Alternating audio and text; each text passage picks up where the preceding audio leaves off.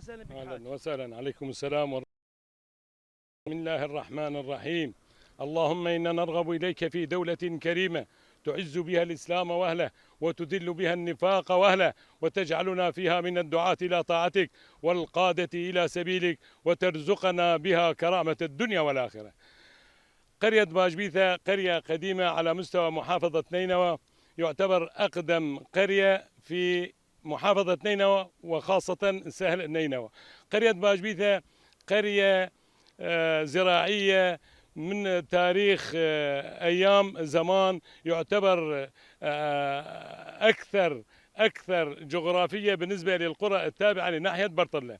أهل القرية ناس مستوطنين وساكنين في هذا المكان من عقد من الزمن، والناس اللي ساكنين ناس من محبي أهل البيت وأتباع أهل البيت عليهم السلام. اوكي، خلي ايضا الناس يتعرفون، هم فقط الشبك ساكنين في هالقريه او هناك مكونات اخرى؟ نعم، الشبك موجودين، وأخواننا التركمان هم موجودين خلال فترة بعد داعش 2017، من صار النزوح على مستوى قاطع سهل نينوى. بعد النزوح من رجوع القوات الأمنية تهجروا على هذا المكان، والقرية كانت قرية صغيرة.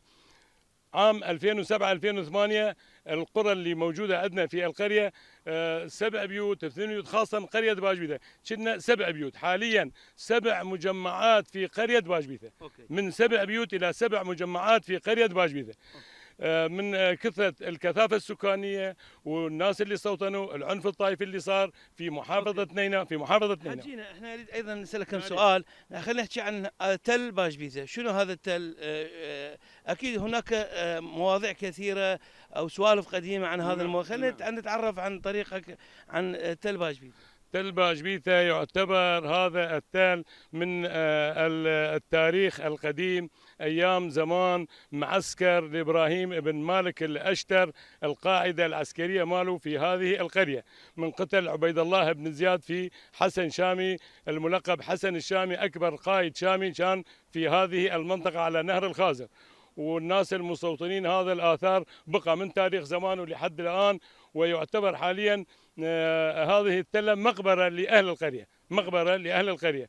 والقرية قديمة من تاريخ زمانه أيام زمان. العمل اللي موجود بالقرية ناس زراعيين فلاحين. مهنهم شنو مهن القرية؟ مهن زراعة الحنطة والشعير والعدس على المطر. اوكي، يعني كيف كانت الزراعة، كيف كانت الحصاد، كيف كانت يحرثون؟ أهل القرية شرب ماء الشرب يعني نوفره لأهالينا في القرية عن طريق تكرمون الحمار. نروح على القرية الثانية نخلي براميل 4 كيلومترات. 4 كيلومترات معناها القرية يا قرية ثانية؟ قرية خزنة تبة.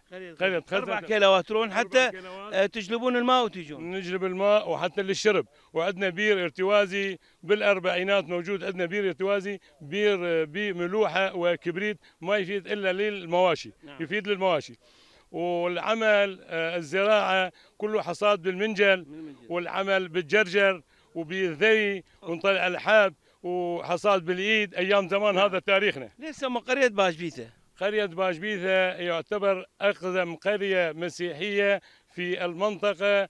باش بيثة، الباش زين، البيثة باللغة المسيحية اللهجة المسيحية يسموه بيت. باش بيثة يعني خوش بيت، يعني قرية آمنة خوش بيت. اوكي، خلينا شوي نحكي عن تقاليد وعادات المنطقة. يعني كون انتم فقط المكون الشبكي ساكن في هالمنطقة، كيف عادات الشبك وتقاليدكم؟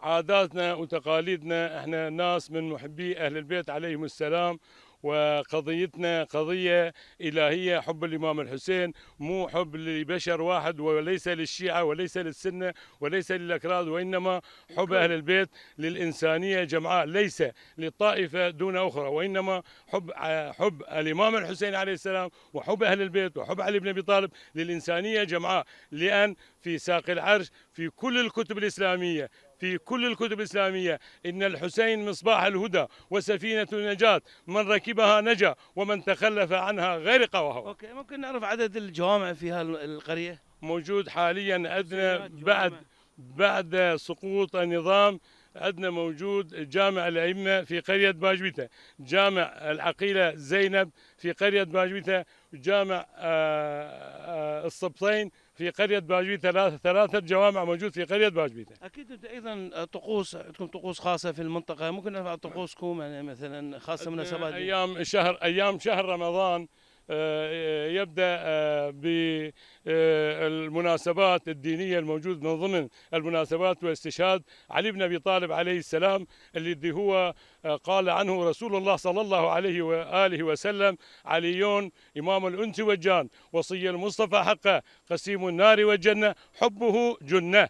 هذا من اعمالنا من طقوس الدينيه. ايام محرم يجي شهر الاحزان ونقوم بالاعمال والمراسيم والمجالس الحسينيه والزيارات، العلاقات الأصولية. الموجودة قريبة عليكم مرقد، مو مرقد وإنما مقام الإمام زين العابدين عليه السلام 8 كيلومتر في قرية علي رش. نعم. في قرية علي رش. يعني يكون لقاءكم في قرية علي رش في مقام. كل المناسبات في مقام الإمام زين العابدين عليه السلام. أوكي. مقام الإمام زين العابدين. شوي نرجعك الأيام قبل، كيف كانت الحياة أيام زمان في قرية باجبيته؟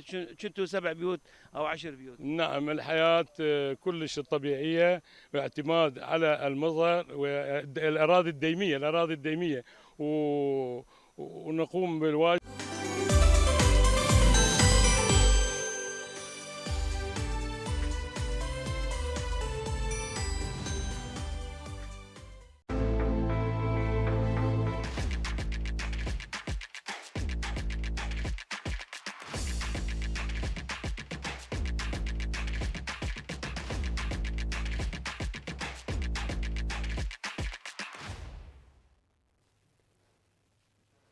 حياكم الله احبتي مشاهدي متابعي متابعي قناه العراقيه الرياضيه، وبالتالي مباراه دوري النخبه لكره اليد متواصله عبر شاشات شبكه الاعلام العراقي، واليوم عبر القناه السريانيه بسبب تزامن طبعا مع كره القدم، وبالتالي راح يكون التحليل مباشر عن هذه المباراه تقام بين فريقي ديالا والحشد الشعبي، افتتاح مباريات للفرق ديالا والحشد الشعبي لهذا الموسم، وبالتالي مباراة مهمة للفريقين لمعرفة مدى قوة الفريقين وتحضيرهم لهذا الموسم. طبعا معي في الاستوديو الكباتن، مرحبا بك كابتن الدكتور محمد حمزة، شكرا جزيلا لحضورك لنا. تحية لشخصك الكريم والقناة العراقية الرياضية والعاملين بالقناة. اهلا وسهلا بك الدكتور فؤاد متعب. تحية طيبة لكم ولكل المتابعين قناة الرياضية العراقية، ونتمنى لكم التوفيق ومشاهدة مباراة ممتعة. اهلا وسهلا بكم. كابتن محمد، يعني اليوم ديالا بعد عودة ميمونة للدوري بعد انقطاع لفترة طويلة، وبالتالي احنا نعرف كل زين ديالا هو يمتلك مواهب، يمتلك قاعدة جماهيرية. اليوم عودته راح تكون اكيد لها قوة اضافية الى دوري النخبة لكرة اليد. نعم، بسم الله الرحمن الرحيم. احنا كلنا يعني نعرف انه الديالا من الفرق العريقة في كرة اليد من السبعينات، ولها حضور مميز وصاحبة بطولات ايضا. خرجت عديد من اللاعبين للمنتخبات الوطنية، ويتميز بجمهور خاص، يعني عنده جمهور يحب كرة اليد أزيد من كرة القدم. مشجع يعني يقوم بالتشجيع بطريقة متواصلة ولطيفة، ومحبين لفريقهم بطريقة يعني كبيرة. نادي ديالا رجوع للدوري هو طبعا إضافة جيدة، يزيد من التنافس بين الفرق، ينطي فد نكهة للدوري في خلال لقاءاته مع الفرق الأخرى.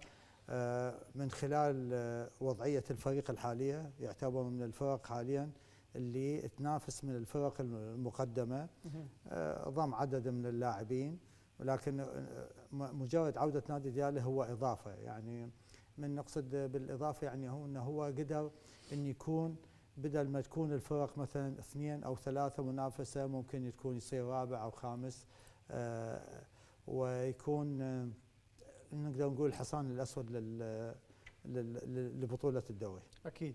كابتن فؤاد، بالنسبة لي فريق ديالا عودته إلى الدوري بالتالي راح يعطي قوة، ويمكن هي حتى هي مواجهتها مع الحشد الشعبي هي تقريبا لحد هي كم مباراة، تقريبا 4 مباريات أو 5 قيمة من البارحة واليوم. اليوم هاي المباراة هي الأقوى تقريبا في افتتاح دوري النخبه بين الدياله والحشد الشعبي. كل الفرق اللي لعبت يوم امس هي اكو تفاوت في المستوى والامكانيات. اليوم لا، راح تكون نشوف اكو فد نديه بالمباراه. بالتاكيد احنا التفاوت لازم يصير بالدوري بين يعني، وبالتالي راح تتقسم الدوري مجاميع، فرق بالمستوى الاعلى، فرق بالمستوى الوسط، وفرق بالمتذيله للدوري.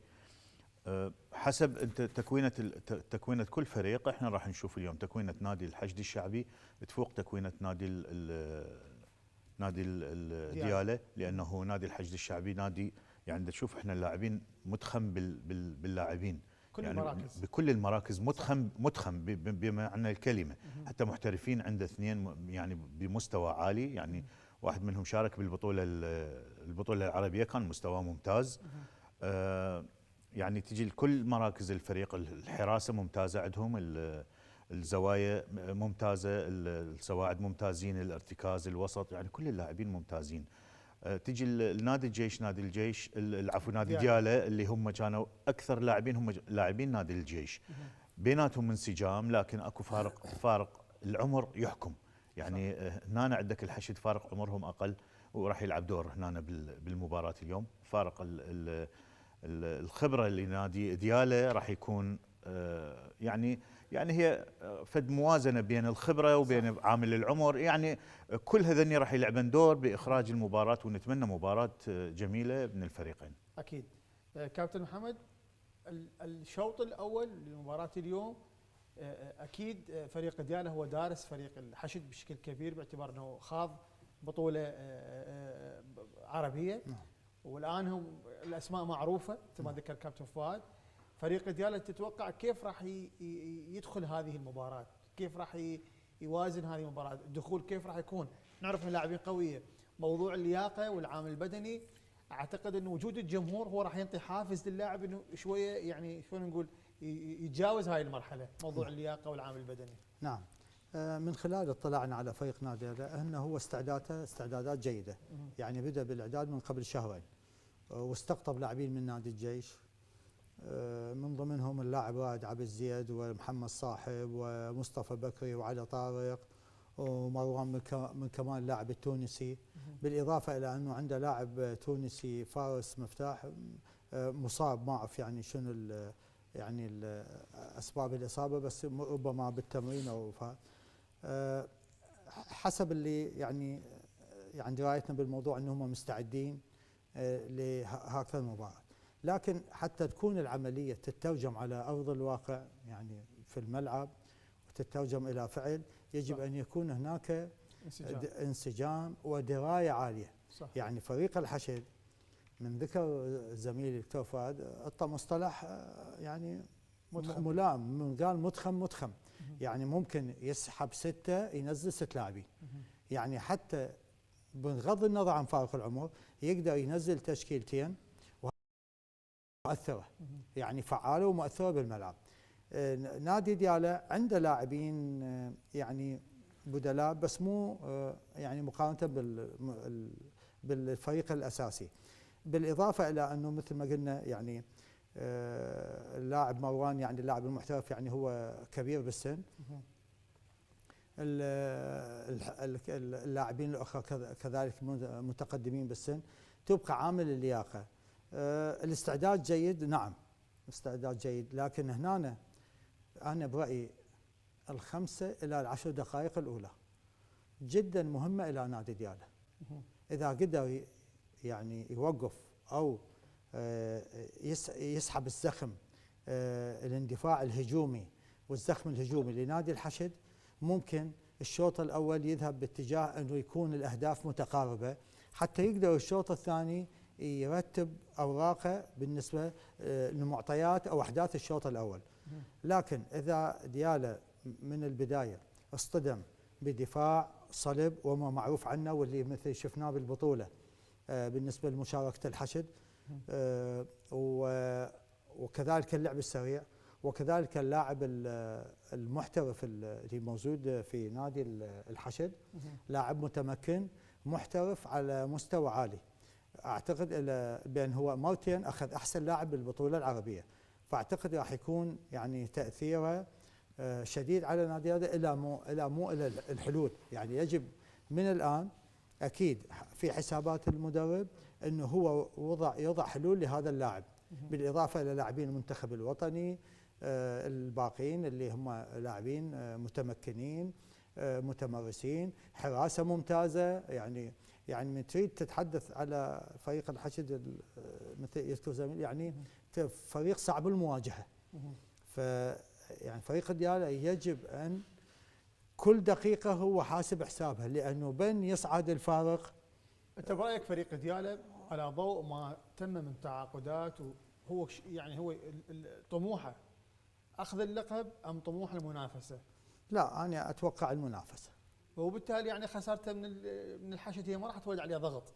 نعم، يعني يعرف امكانياته، وهذا يمكن عامل خلينا نقول ايجابي يضاف الى فريق دياله، انه انا العب مع فريق الحشد هو مو منافسي المباشر، هو الحشد مرشح ان ياخذ لقب خلص. نعم. يعني انا انافس على المراكز الثانيه الثالثه يجوز الرابعه بهالحدود هذه، وبالتالي هذا ايضا يمكن يضاف ايجابي لدياله وضغط كبير على فريق الحشد. يعني نعم. الحشد لازم اول مباراه يفوز. نعم. لازم هاي يعني. نعم، بس بالمقابل اكو جانب اخر. يعني هو اداره نادي دياله من يعني وضعت الثقه بالكابتن حيدر غازي، هو يستحقها، واستقطبت له لاعبين، وحاليا عنده محترف والثاني موجود بس صح. مصاب. يعني هم بتريد نتائج. صح. فبالتالي النتائج ممكن، انا قصدي بالضبط. اي نتيجه مع الحشد انا معك، انا عامل ضغط على دياله. انا معك، هو ما يلام اذا كانت النتيجه سلبيه مع الحشد، المهم يقدم. بالضبط. لكن هنا احنا هسه نتكلم على الاداء.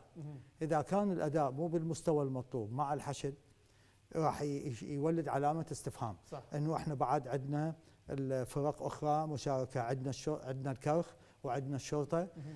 مطلوب هنا اكو نتائج بالاضافه الى الاداء.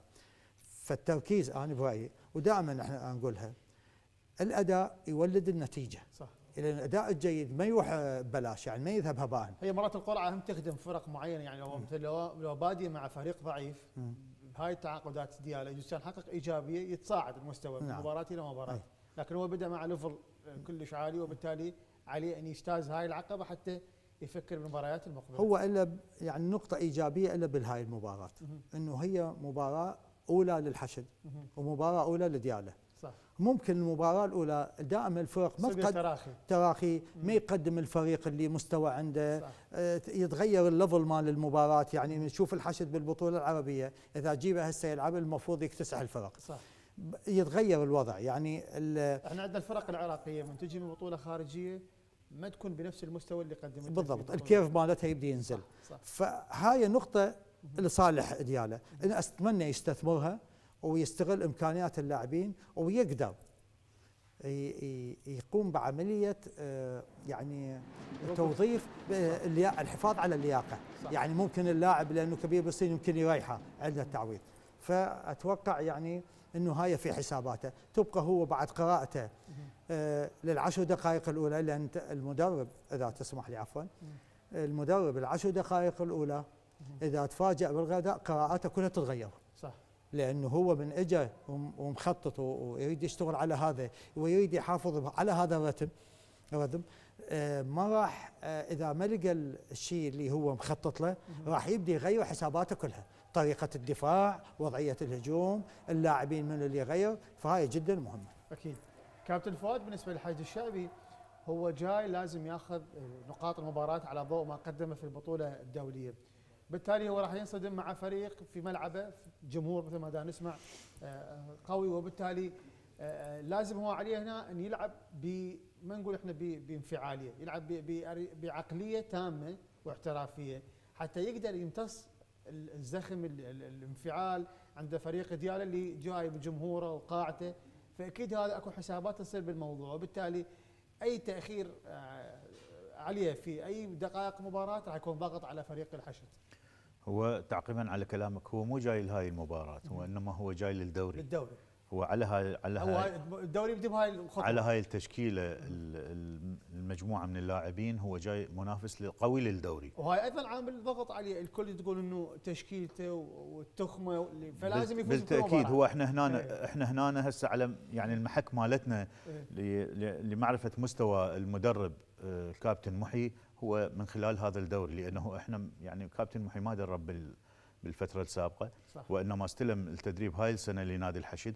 واحنا ما نقدر نحكم بالبطوله اللي صارت، البطوله العربيه عند المحترفين عنده نقله نوعيه بالفريق. يعني اللاعبين المحليين ادوا اللي عليهم واكثر، لكن المحترفين كانت بصماتهم واضحه بالمباراه، ومراكزهم اللي اختارها واللي يعني اللي هو انتقاها انه حتى يكونون قوه ضاربه له، اختارهم خط خلفي. كان يعني هذا عندك اللاعب محمود نعمان، يعني كان هو الفارق مال الفريق، بحيث كل مباراه هو ياخذ احسن لاعب.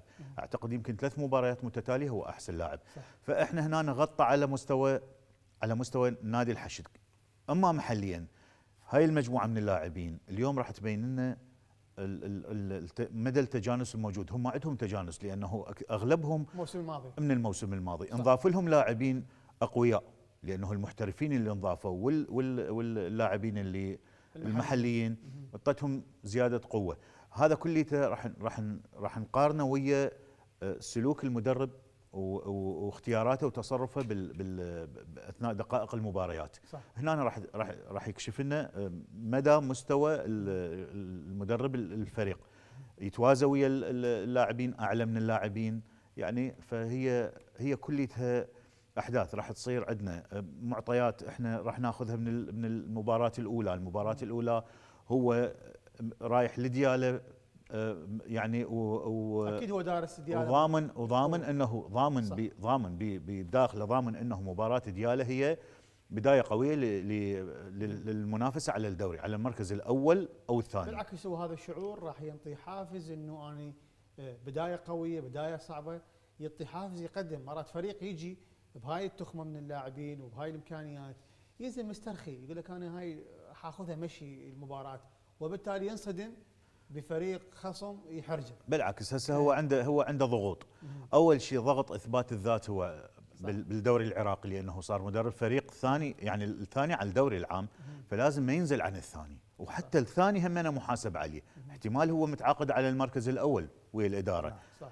فهذا ضغط يسبب عليه. الضغط الثاني هو دا يواجه فريق يعني خلينا نقول من الفرق المقدمه، مستواه مبين من اللاعبين، المجموعه الجيده اللي موجوده بالفريق هي بالمستوى الاول من الدوري، فهذا هم يسبب ضغط عليه. اما من ناحيه الضغط اللي خلينا نقول الضغط الموضوعي هو مسيطر به، لانه لاعبين اللي عنده التخمه، اللي عنده التبديلات، حريه التبديلات مثل ما قال زميلي دكتور محمد، يعني عندك 6 ينزل فريق كامل، صح. يطلع فريق كامل بنفس المستوى او يعني يجاري الفريق المقابل. فهنا راح يكون عنده من ناحيه الضغوط هو مرتاح، صح. لانه الادوات اللي عنده متكامله. فهو اهم شيء عند المدرب هي الادوات المتكامله. انت تعاقدت وبحثت وسويت عقودك وجبتهم، هسه راح ينفذوا لك. فهنا تبقى هي المباراه هي المحك. ما اتوقع راح يقصر باي دقيقه من دقائق المباراه.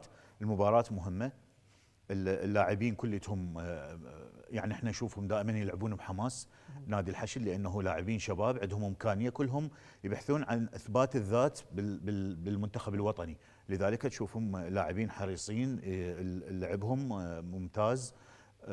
ما شفنا يعني مباريات قليله لعبوا بفتور، وانما على خط واحد يلعبون مبارياتهم، لذلك مباريات الحشد كلها جميله كانت. طيب. الدوري الماضي. طيب كابتن محمد، هسه احنا يعني تقريبا كلامنا كله صار موضوع نفسي معنوي. نعم. موضوع فني نتكلم به فريق دياله، فريق دياله هل عليه ان يفكر يتجرأ، يفتح الملعب، يلعب ضاغط، يلعب على الهجمات المرتده، الفاست بريك، يعتمد دفاع منطق؟ شو برايك افضل اسلوب وطريقه لمواجهه خصم مثل فريق الحشد؟ الحقيقه من خلال نقاشنا عن مدرب الفريق هو راح يبدي دفاع متقدم. فالدفاع المتقدم يعني يحتاج الى انسجام، لياقه عاليه، تبادل مراكز، اسناد، يعني كثير من الامور اللي تتعلق بموضوع الدفاع. صحيح اللاعبين اللي هم عندهم خبره واللاعبين هم لاعبين اكثر من موسم في نادي الجيش، لكن هذا يعني يحتاج من عندهم يعني الوصول الى اعلى مستوى لايقاف فريق الحشد، هجوم الحشد، لانه هم مثل ما الملعب والجمهور عامل دافع واسناد الى للفريق، لكن انا اعتبره بجانب اذا كان حصول اخفاقه او انعطافه بالمباراه صعود الفريق الحشد، راح يصير الملعب والجمهور مو ضدهم، وانما حيصير يولد لهم ضغط. صح. لأن هم مطالبين أمام الإدارة وأمام المحافظة وأمام الجمهور في أن هم إثبات الذات، وأن هم يستحقون المكان اللي وصلوا لها. الدفاع المتقدم مع الحشد سلاح ذو حدين. يعني من يتقدم على دفاع على هجوم الحشد أيضا فريق لديه خبرة، لديه محترفين، يعرف كيفية التعامل، فلهذا الحذر هنا شديد جدا بالدفاع المتقدم، يعني مو بسهوله. طيب. ولا يقدر يرجع للخلف ويصير دفاع 6-0 منطقه بحت، لانه راح يصير عمليه التهديف من خارج المنطقه من قبل اللاعبين الوطني والمحترفين. تشكيله متوقعه لفريق دياله؟ التشكيله المتوقعه لحراسه المرمى منير قاسم، يساعده كاظم احمد، بس الجناح اليسار رائد عبد الزيد، ذراع يمين جناح يمين ذراع يسار رائد عبد الزيد، ويساعده حيدر جبار. الباق او الساعد اليمين ذراع اليسار مروان بن كمال التونسي. بالنسبه لمركز البلاي ميكر والساعد اليسار ذراع يمين، راح تكون بيناتهم تناوب بين مصطفى بكر وعلي طارق. هم عندهم لاعب تونسي فارس مفتاح بس مصاب، يعني ما نعرف شنو سبب الاصابه.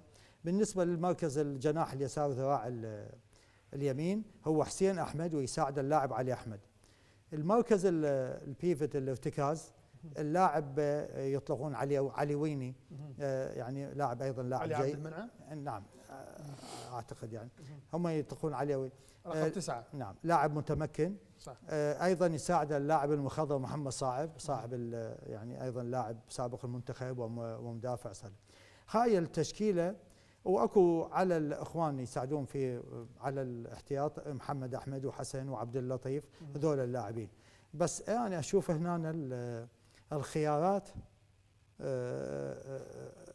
يعني محدوده بالنسبه للفريق دياله. حتى نلحق على الوقت كابتن فؤاد، التشكيله المتوقعه للحشد راح يلعب بها؟ هي اذا قارنا بين البطوله العربيه وبين الاسماء الموجوده فهي راح يصير هواي تغييرات، يعني احنا كتخمين راح يعني نقولها مثلا راح يبدي انا اتوقع باشرف بالزاويه والامير علي من الجهه الثانيه، وعندنا وائل حافظ او عندنا شهاب المحترف، يعني لان صاروا اثنين اي سجاد حمودي هسه عندنا بالجهه الثانيه، زين، وعندنا وائل حافظ نازل، وعندنا الامير علي موجود، زين، وعندنا منو بعد موجود وياهم سجاد باللاعب البلاي ميكر. طيب زين، فيعني راح نشوف التشكيله من خلال المباراه، لانه عندنا لاعبين مستمر تبديل، لاعبين 4 جدد بالفريق، يعني يعني تقريبا نسبه عاليه. وائل حافظ هم وائل موجود بالتشكيله، نعم نازل. صح اكيد. كيف تتوقع يعني راح يكون اسلوب لعب فريق الحشد بهذه التشكيله؟ هو احنا راح نشوف لعب سريع سريع، يعني هو راح نشوف اللعب السريع، ما يتنازلون عن اللعب السريع، ما يعني ما يميل للمنظم، لانه راح يستغل كل فريق يريد يكسر الحاجز النفسي للاعبين مالته في سبيل انه يسجل اكبر عدد حتى يسبب ضغط على الفريق المقابل. طيب اذا احبتي المشاهدين نذهب الى مباشره الى قاعه نادي دياله لمشاهده مباراه بين فريقي دياله والحشد الشعبي التي تقام طبعا ضمن دوري النخبه لكره اليد. مباراه افتتاحيه للفريقين، مباراة أولى، مباراة جماهيرية باعتبار وجود الجمهور في قاعة نادي دياله، وبالتالي هذه مباراة تنقل عبر قناة السريانية ضمن قنوات شبكة الإعلام العراقي. إلى هناك أحبتي المشاهدين والتعليق مع الأستاذ علي لفتة.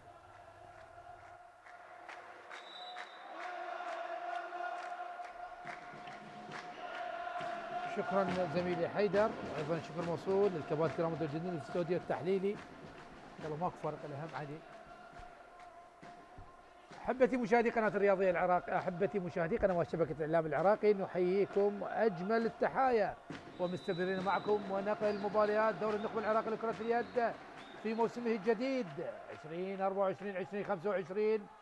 مباراة ديالا ومباراة الحشد، قمة مباريات الدور الأول من الدوري النخبة العراقي لكرة اليد لهذا الموسم. هناك في قاعة ديالا في مدينة البرتقال، في هذه المدينة الجميلة، مدينة البساتين، مدينة الناس الطيبين، تستضيف هذا اللقاء فريق الحشد قادم من طبعا العاصمة بغداد بالملابس الغامقة أمام ديالا الملابس البرتقالية. وهدف أول، هدف أول لمصلحة نادي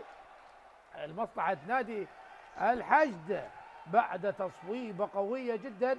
هدف أول لمصلحة نادي الحشد الشعبي الذي نشاهده بعد طبعا تعزيز صفوفه بعدة لاعبين، وأيضا طبعا كانت لديه مشاركة عربية جيدة، وبالتالي الفريق جاهز على المستوى الفني على المستوى البدني. لكن فريق ديالا العاد من جديد إلى دوري العراقي لكرة اليد بعد الانسحاب في الموسم الماضي، وخاصة ديالا له تاريخ على مستوى كرة اليد العراقية، بطل الدوري العراقي موسم 98-99. لكن في هذا الموسم يعود مع عودة فريق القدم إلى الواجهة، أيضا فريق نادي ديالا يعود من جديد.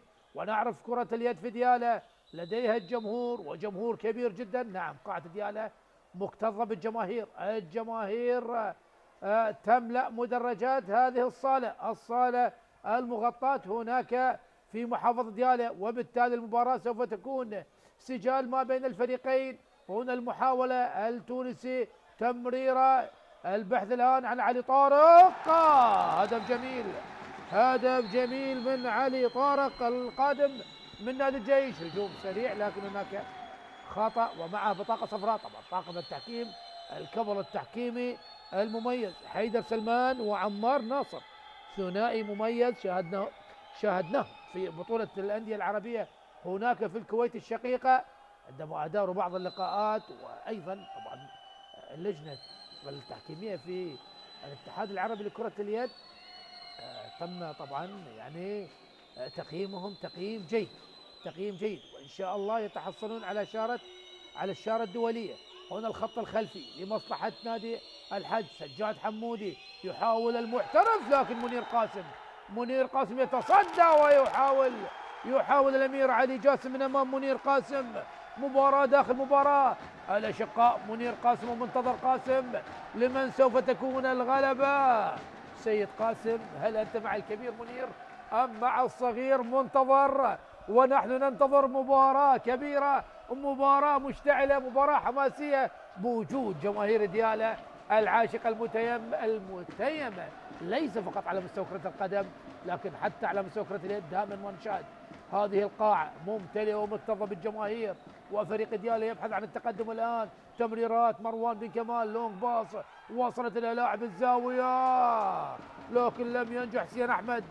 حسين أحمد حاول لعب الكرة الجميلة، هنا هجوم سريع وهدف عن طريق اللاعب أحمد مالك القادم من نادي الشرطة. أحمد مالك يسجل الهدف الثاني لمصلحة نادي الحشد. مباراة صعبة جدا على الفريقين، يعني الديالا بقيادة المدرب حيدر غازي الذي سبق وأن فاز بلقب الدوري العراقي كلاعب مع نادي ديالا. هل يستطيع أن يحرز لقب الدوري العراقي كمدرب؟ ومن الجهة الأخرى المصري الكابتن محي صلاح الدين أيضا يريد تحقيق لقب الدوري بعد الوصافة في الموسم الماضي. هنا مصطفى بكري، لكن تصويبة مصطفى بكري ذهبت إلى الخارج. ابن ديالا إنتاج مدرسة ديالا على مستوى كرة اليد دائما ما تكون منتجة باللاعبين. خطأ رمية 9 أمتار عادت من جديد لمصلحة نادي الحج. مروان بن كمال التونسي، وهنا تصويبة من لاعب الدائرة ممتازة من لاعب الدائرة اللاعب علي عبد المنعم الملقب بويني. طبعا ويني، علي عبد المنعم يحب العسل ولقبوه بهذا اللقب ويني. وهنا رمية 7 أمتار بعد تدخل من علي طارق على طبعا سجاد طالب الذي يجدد لموسم آخر، أيضا أحد لاعبي منتخبنا الوطني. يعني فريق الحشد متخم بلاعبي منتخبنا الوطني. فريق ديالى أيضا لديه بعض اللاعبين الذين سبقوا أن مثلوا المنتخب الوطني، وأيضا لديه لاعب محترف. هنا الآن المحترف شهاب عبد الله المصري أمام منير قاسم، هل ينجح؟ ممتازة من منير، ممتازة من منير قاسم، ينجح برده ورمية 7 أمتار للمصري شهاب عبد الله. 26 عام عمر هذا اللاعب. تبقى النتيجة تعادل، هدفان لكلا الجانبين. يحاول الآن مصطفى بكري لمروان بن كمال، مصطفى بكري الخط الخلفي علي طارق ومصطفى بكري ومروان بن كمال التونسي يريدون البحث عن هذا ويني إلى مروان يصوب، لكن بلوك من دفاعات فريق الحشد بدفاعات قوية. هنا مروان بن كمال يحاول المرور، لكن أيضا دفاع قوي من أحمد مالك على التونسي. من جديد الهجوم والحيازة لمصلحة فريق ديالى، للمصلحة البرتقالي. بكري إلى مروان إلى علي طارق يصوب بعيدة والجماهير تضع يدها على رأسها بسبب إضاعة هذه الهجمة. سجاد طالب هجوم سريع، ممتازة من سجاد طالب، ينجح بتسجيل هدف ثالث بالسرعة والرشاقة والمهارة. سجاد طالب ينجح بتسجيل الهدف الثالث لمصلحة فريق الحشد الشعبي الذي ولد فريقا قويا في كرة اليد العراقية. بعد مشاركته الأولى مباشرة بدأ ينافس كبار القوم، ينافس الشرطة، ينافس الحشد، ومن ثم عودة الكرخ الزعيم ب17 لقب أيضا ينافسه المنافسة. يعني تقريبا عندما تسأل المتابعين تكون المنافسة على المركز الأول ما بين الكرخ والحشد في المقام الأول وفي المقام الثاني.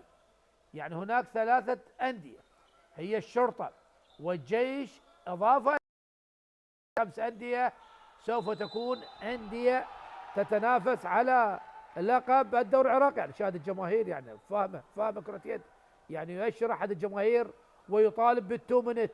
مروان بن كمال يحاول اللاعب التونسي، لكن أحمد مالك دفاعات قوية من أحمد مالك على عبد المنعم ويني إلى مروان.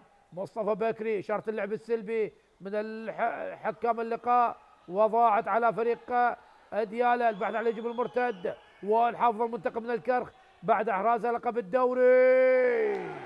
ماذا تفعل يا سجاد يا طالب؟ بالسرعة فريق الحشد يواجه الحارس منير قاسم، لكن سجاد طالب لم ينجح بالتعامل مع هذه التصويبة. كرة مواجهة مع منير قاسم، لكن الكرة ذهبت، وطبعا يعني حاول لعب الكرة بالأرض ومن ثم بالمرمى، لكن الكرة ذهبت خارج المرمى. تعود الهجمة والحيازة لمصلحة فريق ديالى البرتقالي، أبناء محافظة البرتقال. لكن الآن الموسم مال الرمان، ورمان ديالى رمان شهربان بالوصف هذا الرمان أكيد. يعني هذه هي المدينة منتجة على مستوى سلة العراق بالنسبة للفاكهة، الرمان، البرتقال، أيضا مزارع العنب. أكيد يعني شيء جميل، في يعني عراقنا جميل. كل محافظة تتميز. هنا رمية 7 أمتار خاطئة من مصطفى بكري لم ينجح مصطفى بكري.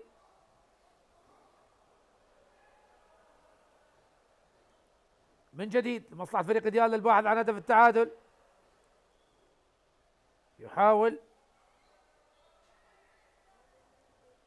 يحاول فريق ديالى. مصطفى بكري إلى مروان بن كمال إلى علي طارق، تمريرات سريعة من جديد إلى مروان، صوب ونجح. ممتازة من مروان بن كمال، ممتازة من اللاعب التونسي. مروان ينجح بتسجيل هذه الهجمة. هنا أيضا منير يتألق من أمام والحافظ، فقد الكرة فريق ديالى والهجوم السريع وصلت لوائل حافظ للمرة الثانية منير، للمرة الثانية منير قاسم يتألق ويتعملق مع وائل حافظ اللاعب المميز والمتميز. أي تصديات لمنير قاسم من أمام لاعب بقيمة وحجم وائل حافظ. يعني هكذا مباريات قريبة بالتنافس، قريبة بالأداء، يعني المستوى الفني لا يوجد فيها الفارق الكبير. يعني حارس المرمى تكون له الكلمة العليا، حراس المرمى هم من يكونوا طبعا سبب الفوز. هنا مروان ممتاز، ثبت منتظر قاسم بزاوية ولعبها بزاوية، والهدف الرابع لديالا. هنا سجاد طالب، لكن هناك نعم خطأ بسبب الأربع خطوات على سجاد طالب. وهناك وقت مستقطع مبكر جدا من المدرب محي صلاح الدين طبعا، ويساعده الكابتن نعمان منذر. وايضا يعني فريق الحشد بصراحه يعني كادر تدريبي اضافه الى كادر اداري متميز جدا. موجود عباس فاضل مشرف الفريق، ومدير الفريق حسن قيصر. اكيد كل ما تكون الامور الاداريه عملها عالي المستوى اكيد يلقى بظلاله على الاداء الفني.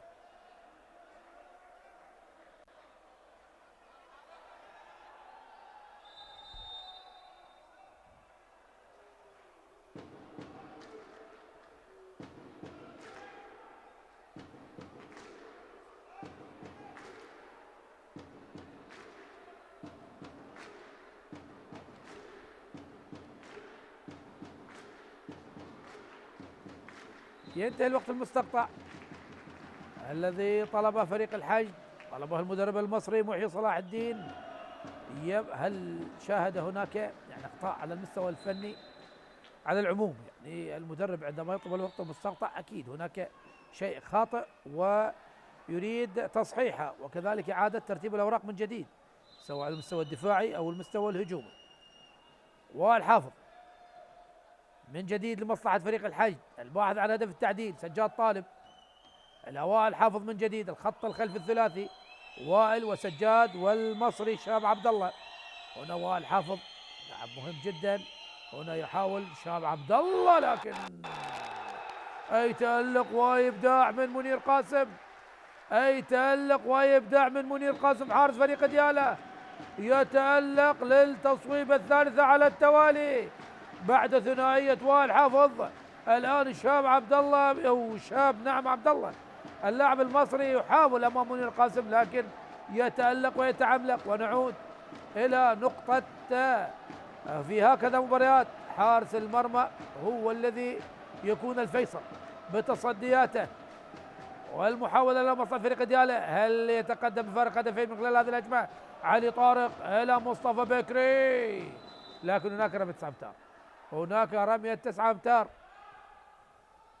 خطأ لمصلحة فريق ديالا. مصطفى بكري القادم من فريق الجيش، مصطفى هنا تصويبة بالقائم الأيسر لمنتظر قاسم. منتظر قاسم يعني تصويبة صعبة جدا. هنا شاب عبد الله يحاول المرور، تمريرة لأحمد مالك. شاهد الدفاع القوي، شاهد الدفاع القوي ما بين أحمد مالك ومروان بن كمال، ما بين التونسي وأحمد مالك لاعب منتخبنا الوطني، والحافظ سجاد طالب، سجاد حمود ناصر. يعني هذه الأسماء، والأمير علي جاسم، يعني كل هذه الأسماء هم لاعبين لمنتخبنا الوطني في بطولة آسيا الأخيرة. وأيضا هناك مباراتين تجريبيتين في محافظة نجف الأشرف مع المنتخب الإيراني.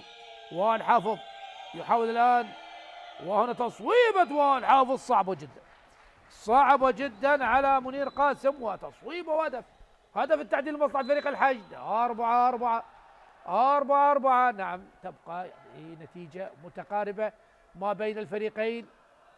فريق الحشد فريق ثقيل، نعم فريق ثقيل، وليس طبعا بالسهل، يعني صعب جدا أن تواجه الحشد في هذه الفورمة، طبعا بعد مشاركة في بطولة الأندية العربية. أيضا فريق ديالا يمتلك الأسماء من الممكن أن تفاجئ الحشد، وخاصة يلعب هنا في قاعته أمام جماهيره. هنا مصطفى بكري وماذا هناك؟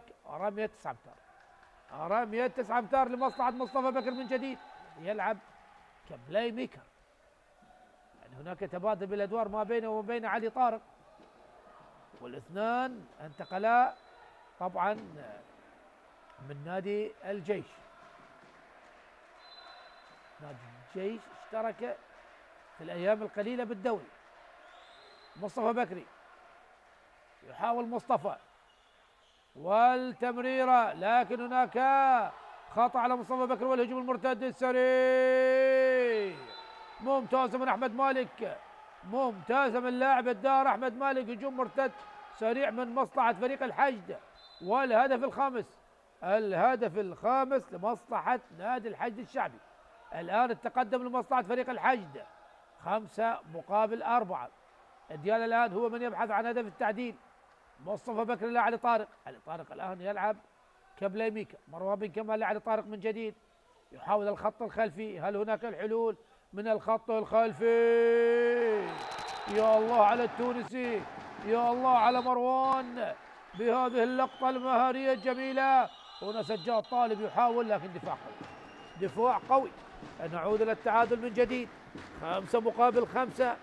لمن سوف تكون الغلبة؟ ما زال الأمر مبكر، ما زال الأمر مبكر، لكن وصلنا منتصف الشوط. مرت 15 دقيقة من أحداث الشوط الأول، والتعادل 5-5. والحافظ يحاول المرور والتصويب، لكن دفاع قوي، دفاع قوي من اللاعب محمد صاحب، أيضا القادم من نادي الجيش أحمد مالك قادم نادي الشرطة. هنا محاولة مرور للاعب طبعا ماذا هناك خطأ على اللاعب المهاجم، لكن إعادة لعب الكرة. يجب أن تلعب الكرة من مكان، طبعا إشارة الحكم بوجود الخطأ. منير قاسم حاول فريق الديالى الآن يتقدم من جديد. مباراة سجال، مباراة ندية ما بين الفريقين. ديالى مصطفى بكري، دخلنا طبعا منتصف الشوط الأول. هنا مروان بن كمال يحاول، وهدف، هدف لمصلحة التونسي. مروان بن كمال يسجل الهدف رقم 6. نوال حافظ، وتألق آخر لمنير، تألق آخر لمنير. منير قاسم يتألق من جديد من أمام وائل حافظ، كأنها مباراة داخل مباراة. هناك قفل الوقت، قفل المباراة.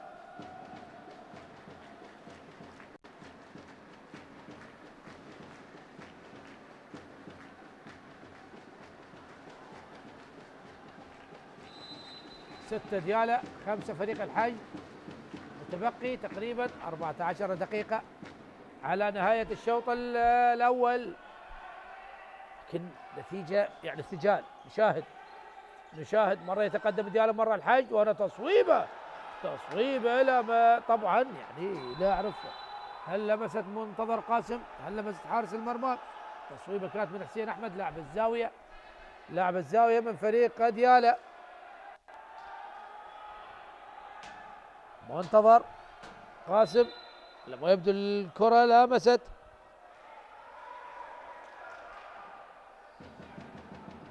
ستة ديالى، 5 الحشد. هل يعدل الحشد الآن نتيجة اللقاء؟ شاهد الآن الهدوء لدى فريق الحشد لأرض الاستعجال بالتصويب. يريد أن تكون الهجمة منظمة، يريد أن تكون الهجمة. يحاول الآن سجاد حمودي لاعب الزاوية. طبعا لغاية الآن لم نشاهد لاعبي الزوايا، يعني لم نشاهد فعاليتهم بالاعتماد على لاعب الدائرة وأيضا الخط الخلفي، يعني سواء ديالى وفريق الحج. هنا المحاولة الآن، تمريرة والبحث عن التصويب، وهدف، هدف التعديل. 6-6. نعود إلى التعادل من جديد. علي طارق والهجوم السريع، وهنا التصويب. الله يا منتظر يا قاسم، يرد على شقيقه الأكبر منير قاسم من أمام حسين أحمد. أي تألق لمنتظر قاسم الذي حصل على جائزة أفضل لاعب مرتين في بطولة الأندية العربية. في بطولة الأندية العربية حصل على جائزة الأفضل في مباراتين هناك. نعم، فورمة عالية من منتظر قاسم، وهناك خطأ على سجاد طالب. ما زالت الحيازة لمصلحة فريق ديالى. يبحث البرتقالي عن التقدم من جديد. علي طارق إلى مصطفى بكري، يسجل مصطفى بكري هدف سابع. 7 مقابل 6. هجوم سريع من سجاد طالب. سجاد، وهناك بلوك دفاعي من مروان بن كمال من أمام سجاد طالب، وبالتالي الحيازة والكرة لمصلحة فريق الحج. فريق الذي يلعب بالألوان الغامقة. هل نعود إلى التعادل من جديد؟ مباراة هدف بهدف، لا وجود للأفضلية، لا على مستوى الأداء، لا على مستوى طبعا النتيجة. هنا سجاد طالب ماذا هناك يقف للوقت. أحمد مالك ومصطفى بكري، وهناك أيضا 2 منت على الاثنين. عمار ناصر حازم بهذا القرار. 2 منت على الاثنين، سواء على مصطفى بكري أو أحمد مالك. لاعبات دائرة. أحمد مالك من الحج ومصطفى بكري من ديالى. فريق ديالى الذي حقق لقب الدوري لمرة وحيدة موسم 98-99 مع المدرب سعدون عبد الرضا. جيل تاريخي كان لنادي ديالى. محمد كاظم، عامر علي المتواجد كمدرب لحراس المرمى، حيدر غازي المدرب، دكتور ليث ابراهيم، محمود عطا، رعد علي، رائد رحيم طبعا، وعذرا لمن لم نذكرهم. ونستأنف اللقاء. هنا المحاولة، يحاول الآن تصويبة لكن في القائم، ولا تصويبة مسافة بعيدة لكن إلى الخارج. حاول طبعا استغلال يعني عدم وجود حارس مرمى من أجل طبعا اكتمال الزيادة العددية. يحاول محمد عبد المغني الآن، اللاعب المصري الآخر يدخل مع شباب عبد الله. الثنائي المصري محمد عبد المغني، ينجح المصري بتسجيل هدف التعادل. 7 مقابل 7. نعود إلى التعادل من جديد، ومتبقي أقل من 12 دقيقة على نهاية أحداث الشوط الأول، والتعادل منذ انطلاق الشوط الأول ولغاية الآن. يعني سوف نجتاز حاجز 20 دقيقة والتعادل هو سيد الموقف. 7 مقابل 7. مروان بن كمال لا يريد الاستعجال. مروان تمريرة لدى محمد، طبعا محمد صاحب، لكن لم ينجح بالعارضة. دخول الحارس كرارة سعد. هنا هجوم سريع، هدف جميل من أحمد خالد عدنان لاعب منتخبنا الوطني نجم منتخبنا الوطني السابق خالد عدنان الذي يدرب الشرطة في هذا الموسم. يعني خالد عدنان سبق وأن درب نادي الحشد. مروان بن كمال علي طارق. الآن فريق الحشد هو من يتقدم. 8 مقابل 7. علي طارق يحاول فريق ديالى. دخول الآن رائد عبد الزياد لاعب الخبرة. هنا دخول من علي طارق هدف التعديل. 8 من 8. نعم، هدف بهدف. أكثر كلمة سوف نتكلم عنها هي كلمة التعادل. يعني 20 دقيقة مرت من أحداث الشوط الأول، وما زال التعادل هو سيد الموقف. هدف بهدف، لا وجود للأفضلية. سجاد طالب. يحاول فريق الحشد أن يلعب هادئ في هذه الهجمة. خلال هذه الهجمة لا يريد السرعة. شاب عبد الله لا سجاد حمودي إلى شاب من جديد. سجاد طالب، محمود عبد المغني، سجاد إلى شاب، إلى محمود. المصري يحاول الدخول والتصويب، لكن دفاع قوي جدا من اللاعب علي عماد أيضا من إنتاج مدرسة ديالى على مستوى كرة اليد. أجيال جميلة خرجت مدرسة البرتقالي على مستوى كرة اليد. يحاول شاب عبد الله لكن هناك رمية 9 أمتار، رمية 9 أمتار والتعادل 8-8. سجاد طالب إلى محمود عبد المغني ورمية 7 أمتار، رمية 7 أمتار. دفاع خاطئ من علي طارق، دافع داخل المنطقة المحرمة داخل ال6 متر، وحتى منير قاسم ينبه علي طارق. منع التصويب الأمير علي جاسم، لم نشاهد لا الأمير علي جاسم ولا سجاد حمودي ناصر لاعبي الزوايا بالنسبة لفريق الحج. هل ينجح منير؟ صعبة جدا، وهدف التقدم لمصلحة فريق الحج. 9-8 ديالى، 9 مقابل 8. مصطفى بكر إلى علي طارق، يريد الاستعجال فريق ديالى بتنفيذ هذه الهجمة، وهناك وقت مستقطع يطلبها المدرب حيدر غازي. اكيد طبعا مدرب فريق ديالى حيدر غازي، ويساعده سيف سعد، ومدرب الحراس عامر علي، والمشرف صهيب رفعت نجم منتخبنا الوطني لسنوات طويله، وايضا كان من نجوم نادي ديالى وشاهدناه مع عديد الانديه بعد فوزه طبعا بانتخابات الهيئه الاداريه نادي ديالى.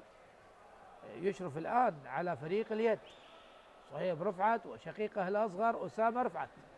السؤال يا صهيب، لماذا لم تنتدب اسامه رفعت لفريق ديالى لهذا الموسم؟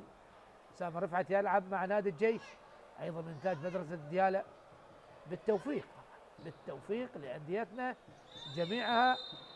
طبعا المشاركه في دوري النخبه العراقي لكره اليد، نشاهد من الموصل الفتوه، من البصره البلديه ونفط البصره، من بغداد طبعا الحشد، الكرخ، الشرطه، الجيش، اضافه الى طبعا ديالى من محافظه ديالى، كربلاء من محافظه كربلاء المقدسه، الكوفه من النجف الاشرف، يعني طبعا القاسم، نادي القاسم من محافظه بابل، ذي قار متمثله بالناديين ذي قار والناصريه. يعني شيء جميل، يعني رقعه لعبه كره اليد بالعراق واسعه جدا. يعني شاهد العديد من المحافظات انديتها مشاركه في دور النخبه العراقي الذي يضم 15 نادي.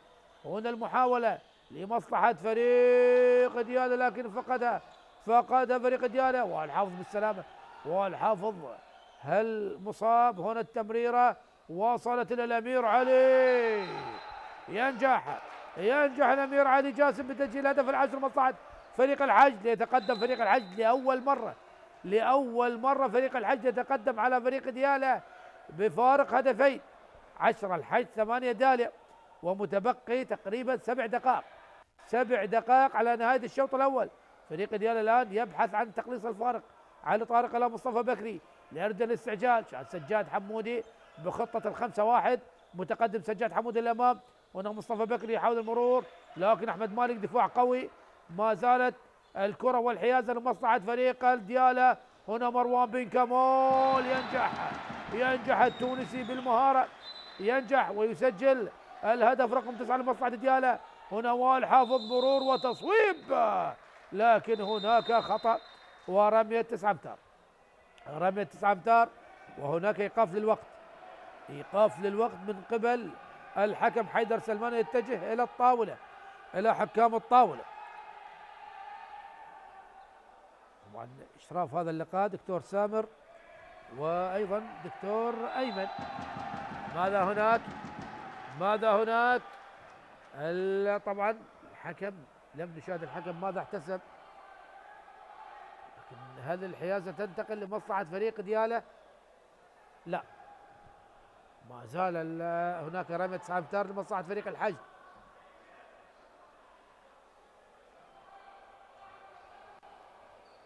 عشرة الحج 9 ديالى، فارق هدف واحد. هل يعود الفارق الى هدفين من خلال هذه الهجمة؟ بانتظار استئناف اللقاء في شوطه الاول. طبعا شاهدنا يوم امس 4 مباريات، نفط البصره يتغلب على الفتوه، ذي قار والقاسم حبايب، الجيش يتغلب على المسيب، والكرخ يتغلب على بلديه البصره.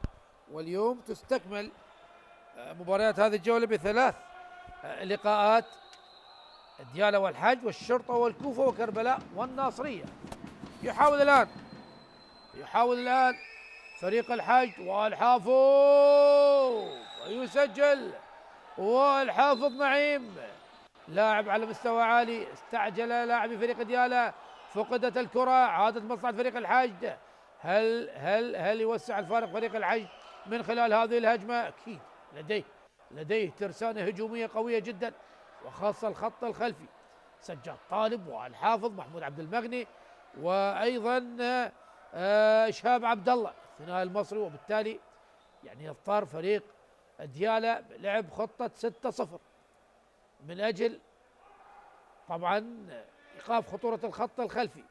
هنا الأمير علي إلى سجاد طالب، إلى أحمد مالك. شاهد الدفاع القوي، دفاع قوي جدا من محمد صاحب.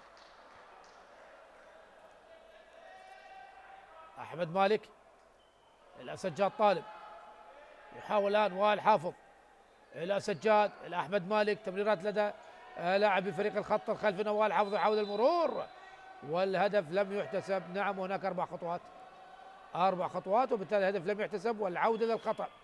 رمي 9 أمتار لمصلحة فريق الحشد. يحاول الآن محمود عبد المغني،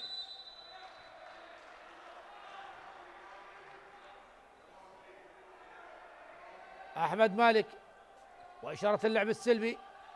بعد إشارة اللعب السلبي هناك 4 تمريرات والتصويب، وهناك 2 minute على مصطفى بكري.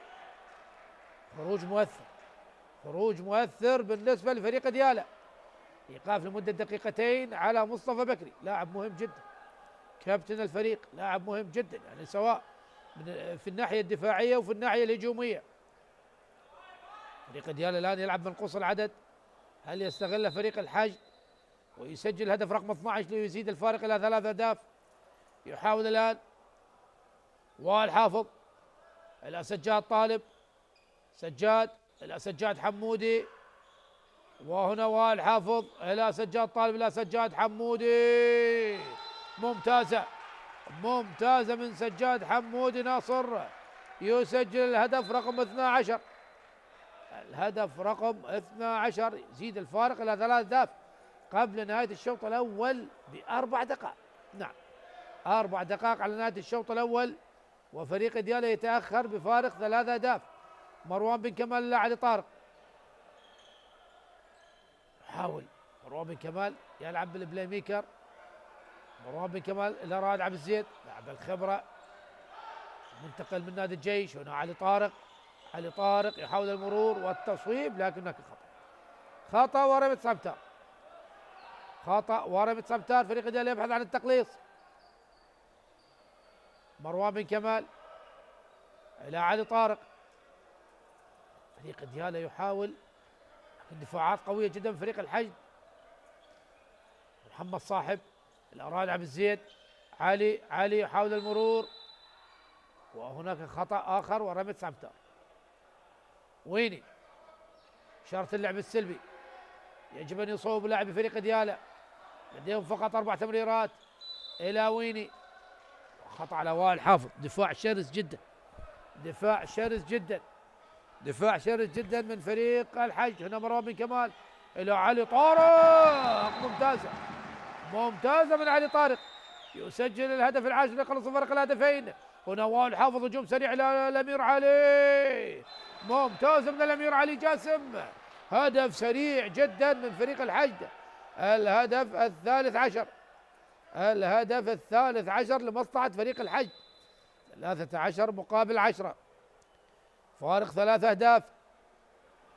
علي طارق إلى مصطفى بكري، يحاول الآن رائد عبد الزيد إلى مصطفى بكري. مصطفى الذي يعود من الإيقاف، ولا وجود طبعا. ماذا هناك؟ رمي 7 أمتار أم ماذا؟ لا، رمي 9 أمتار، رمية 9 أمتار. أقل من 3 دقائق على نهاية الشوط الأول، فارق 3 أهداف في مصلحة فريق الحج، 13-10. على عبد المنعم، علي لاعب الدائرة يحاول علي، وهنا مرور وتصويب ممتازة من منتظر، ممتازة من منتظر قاسم، تصويبة رائد عبد الزيد يتصدى لها، يحاول الآن وائل حافظ، وائل حافظ يمرر، وهنا تصويبة وهدف، هدف عن طريق سجاد حمود ناصر، الهدف الرابع عشر، 14 مقابل 10، ومتبقي ما يقارب دقيقة ونصف، الفارق بدأ يزداد لمصلحة فريق الحج، يصل هذا الفارق إلى 4 أهداف. مروان بن كمال لعلي طارق، يعني يحاول فريق ديالا أن يقلص الفارق قبل نهاية الشوط. هنا ويني، لكن ماذا هناك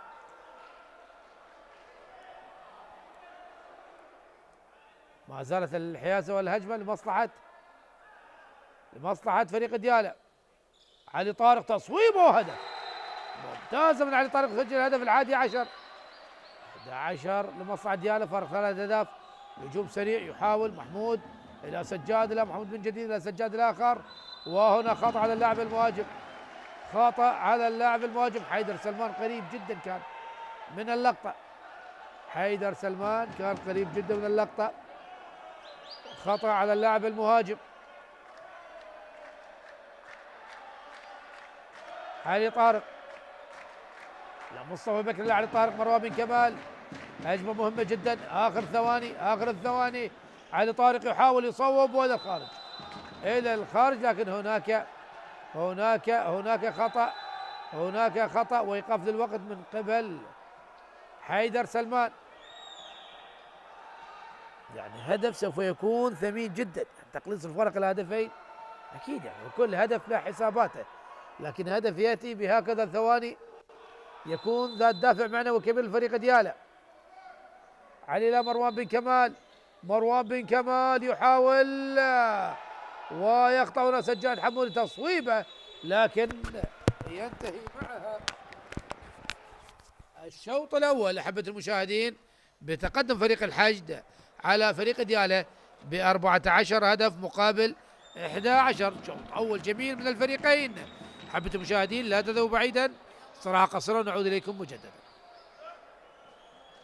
زميلي حيدر أعود إليك بالصوت والصورة والكلام الفني عن الشوط الأول ما بين الديالا والحشد، والفارق 3 أهداف لمصلحة فريق الحشد. لك الكلمة عزيزي حيدر. شكرا للزميل علي عنب، بالتأكيد الفارق 3 أهداف لصالح فريق الحشد. في آخر أو الربع الأخير من الشوط الأول استطاع فريق الحشد أن يوسع الفارق إلى 3 أهداف بعدما كان الفريقين متعادلين، في كل دقيقة مرة يتقدم ديالا ومرة يتقدم الحشد، لكن آخر أو الربع الأخير من الشوط الأول استطاع الحشد أن يجعل الفارق 3 أهداف. عودة للكباتن في الاستوديو، كابتن محمد حمزة وفؤاد متعب. كابتن محمد، فريق ديالا قدم شوط ممتاز، لم يكن الحظ حليفه في الشوط الأول، أضاع أكثر من 4 هجمات في القائم وفي العارضة، وأيضا استطاع الحارس أن يصد هجمات كثيرة في الشوط الأول، وبالتالي قدم مستوى مرضي وجيد لجماهير فريق ديالا. نعم، الحقيقة يعني شوط ممتع وأداء متميز من فريق نادي ديالا. أخطاء بسيطة أدت إلى هذا الوصول الفارق إلى 3 أهداف. لو لاحظ نبدي بالحراسة، تألق من الحارس منير، يعني صد عديد من الكرات الحاسمة، يعني انفراد و7 متر صح، ومواجهة للحارس، فكان الحقيقة حارس أمين للهدف. إذا نأتي للهجوم، كان اللاعب مروان يعني لعب باحترافية عالية وبذكاء، استغل كل الفرص للتسجيل وسجل عدة أهداف، واستطاع أن يصنع فرص إلى زملائه أيضا من خلال كرات إلى لاعب الارتكاز أو للاعب علي طارق. كذلك اللاعب مصطفى بكر كان محاور جيد، عمل على دوران الكرة وصنع اللعب صح. كذلك اللاعب علي طارق يعني سجل 4 أهداف من الثبات، يعني بدون يعني اهداف المباغته هو كانت من الثبات او من الجري، وهاي يعني اداء جيد. فاجأ بها الحارس منتظر، لم يكن متوقع الحارس منتظر يعني هكذا تهديفات من اللاعب علي طارق. عموما الشوط الاول نادي دياله اداء جيد. نجي على الاشياء اللي خلت انه النتيجه تصير هكذا. اولا الاستعجال، يعني استعجال لاعبي دياله، يعني استعجال لا مبرر له، عدم التركيز من الهدف لهدف، كرات ما يعني بدون تركيز، كرات ضاعت بسهوله. صح. لعب كره سنتر مناوله خطا، يعني كانت يعني تركيز في بالانفراد بين مكان موجود. بالضبط، يعني نقص التركيز، ربما الحماس الزائد، الاندفاع الزايد ادي، وهذا شيء طبيعي يصير عند اللاعبين. كذلك الحظ ساعد ايضا يعني فريق الحشد، لانه اكثر من كره بالعارضه ادت الى خروج. طيب كابتن فؤاد، بالنسبه لي فريق الحشد قدم مباراه جميله، لولا تألق الحارس منير قاسم لكانت النتيجه بصراحه يعني لصالح الحشد، لكن تألق منير بهذه المباراه. ايضا شفنا بعض الاخفاق في مساله الدفاع، اكو خروقات صارت، ولولا التوفيق لفريق الحشد او عدم التوفيق لمهاجمي فريق الدياله لكانت النتيجه متعادله واكثر. هو احنا متوقع، احنا يعني فريق رايح لدياله، وكل الفرق العراقيه تعرف انه يعني فريق دياله ويا الجمهور، يعني تقريبا اكبر جمهور يحضر للمباريات ويشجع. طبعا الجمهور له تاثير عامل نفسي على زياده دافعيه الفريق، لذلك تشوف انت الفريق اول 10 دقائق نادي دياله لعب بحماس عالي. خلال هاي ال10 دقائق مدرب الحشد يعني قراءة المباراة عنده كانت كلش عالية، لأنه غير أكثر من مركز، أكثر اللاعبين بدأ يوالمهم ويا أحداث المباراة لحد ما استقر عندك بالعشرة الثانية والعشرة الثالثة اللي يعني حقق بها 5 أهداف ب4 أهداف. فيعني هذا النتيجة لقراءته في بداية المباراة، لأنه فريق مبهم قدامه، هو يعرف يعني لاعبين كانوا سابقا متجانسين بنادي الجيش، جو النادي دياله اضافات بسيطه صارت للاعبين، لذلك هو قراءته باول 10 دقائق. طبعا هو يعني انت بكل الاحوال انت من تشوف اللاعبين تبديل للمراكز راح تقول انه عنده عدم استقرار بالمراكز، لكن هو احداث المباراه ضغطت عليه، لانه عندك اللاعب مروان كان يعني استغل ميزه التهديف السريع عنده، ميزه المناوله السريعه عنده، هذا طبعا ياثر على الفريق، يعني انت لاعب هو ضخم وطويل ومناوله قويه وسريعه، هذين كلهن ياثرن. صار عندك تلكؤ بالبدايه بمواجهته للاعب مروان، زادت يعني اهداف الفريق دياله، لكن بعدين تدارك الموقف، بدا يلعب عليه، يخرج للاعب، بدا يسبب ضغط عليه. ثانيا هو اللاعب مروان يعني ينطيك جهد بدني، بعد هي يبدي يقل الجهد البدني، يعني تقريبا خلينا نقول حركته تقل، يعني مناولاته واهدافه تكون تقريبا. ايضا ما ننسى دخول اللاعب شهاب عبد الباسط اللاعب المصري، بالتاكيد احنا اضاف لفريق الحشد بالتاكيد، هو يمكن تقريبا هو اللي غير النتيجه. بالتاكيد، من قلت لك هو بالبدايه لعب اللاعب الثاني كساعد، بعدين نزل الوسط، بعدين رجعه على الساعد الايمن، زين نزل اللاعب عبد الباسط، فهنا صار عندك فرق. صح. عندك الامير علي، اذا الامير لاعب ممتاز، لاعب مهاري، يعني انت وفق امير اليوم توصل يعني للكره بنسبه 99% هو محقق هدف، صح، توفق بها.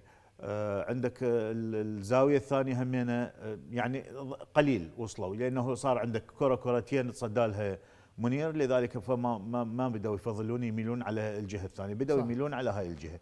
بس بشكل عام احنا شفنا اخر هدفين كانت بالعكس الجهه اليسرى هي اللي مسجله. اي نعم. إيه. الامير علي لا حمو لا من الارتكاز اجتي، من الارتكاز، يعني مناولتين على الارتكاز اجتي الاحمد. صح. زين احنا بكل الاحوال يعني مثل ما قلنا بدايه التحليل، كل المراكز متكامله عند نادي الحشد، لذلك هو دا يلعب هسه مرتاح، هو كل مركز اللاعب ما يشعر. توفق صح. عند الاحتياط مالته ينزل يؤدي ويديك بمستوى الاول، افضل من الاساسي. بمستوى الاول. احنا اللاعبين المحترفين، اللاعب المحترف الثاني اللي نزل اللي اسمه شهاب عبد الباسط. شهاب عبد الباسط، عبد الباسط. شهاب عبد الله كان ممتاز بالضغط على اللاعبين، ممتاز باستحصاله، يعرف يقرا الفراغ، يعرف على الثرو اوت، ينزل يسوي الاختراق، يعرف شلون يخترق، شلون يحصل الهدف من الفريق المدافع، سبب ضغط عليهم.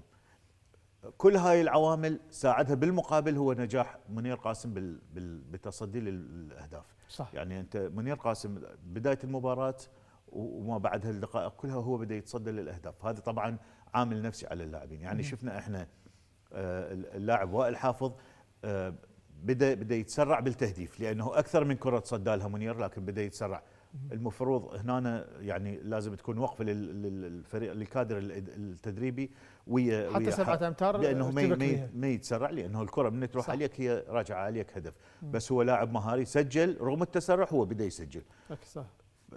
احنا كل الاحوال احنا نشوف فعاليه اغلب المراكز بنادي الحشد. النادي الحشد اكيد. نادي دياله مو كل المراكز فعاله بها، مراكز بالتركيز عليه، يعني تركيز على جهه صح، يعني جهه الساعدين والوسط، اغلب طيب. التركيز اللي كان كابتن محمد، شنو على فريق نادي دياله ان يفعل في الشوط الثاني حتى اول شيء يقلص الفارق، ثاني شيء حتى يسوي قوه اخرى؟ لان نشوف احنا صار دفاع مان تو مان على مروان، فريق دياله مدى يقدر يحرك الكره او يداورها. خلينا نبدي بالدفاع. يعني الدفاع كان بحاجه الى مراجعه. يعني الاداء مالته متفاوت. يعني تلقى يعني هجمه يتفاعل، يسوي اسناد، الهجمه الثانيه لا، قدر هذا لاعب الحشد الشهاب انه يحصل اكثر من هدف من مجهودات فرديه. صح. يجب ان يكون هناك يعني هيلب، اسناد على اثنين. فاجئهم؟ لا فاجئهم نعم. وحصل اهداف وحصل رميات 7 متر. او يمكن محترف الحشد فاجئ دياله على عكس محترف دياله اللي هم يعرفونه. بالضبط. مروان حافظين تحركاته، في هذا السبب قللوه يعني. رغم انه محافظين بس مروان قدر. صح. هذا بالنسبه للدفاع. الهجوم اولا يعني احنا نشوف اللاعب رائد عبد الزيد يلعب مركز الجناح، رغم هو يلعب المركزين ما وصلت يعني كرات. يعني انا افعل هذا اللاعب، استفاد من عنده. يعني احاول اوصل له كره، حتى لو مو قضيه التسجيل، قضيه انه اني افتح الدفاع حتى تكون هناك مساحات بالدفاع لفريق الحشد يقدر اللاعب مروان يستغلها في العمل باللعب مع الارتكاز، التهديف الخاطف، ضغط لاعبين ويسوي اسيست للاعب الوسط. اللاعب رائد عبد الزيد يعني الشوط الاول ماكو مهمش. ما يعني هذا اللاعب مو لاعب عادي، لاعب منتخب وطني سابق ولاعب عنده خبره. بس هو نزل كبديل.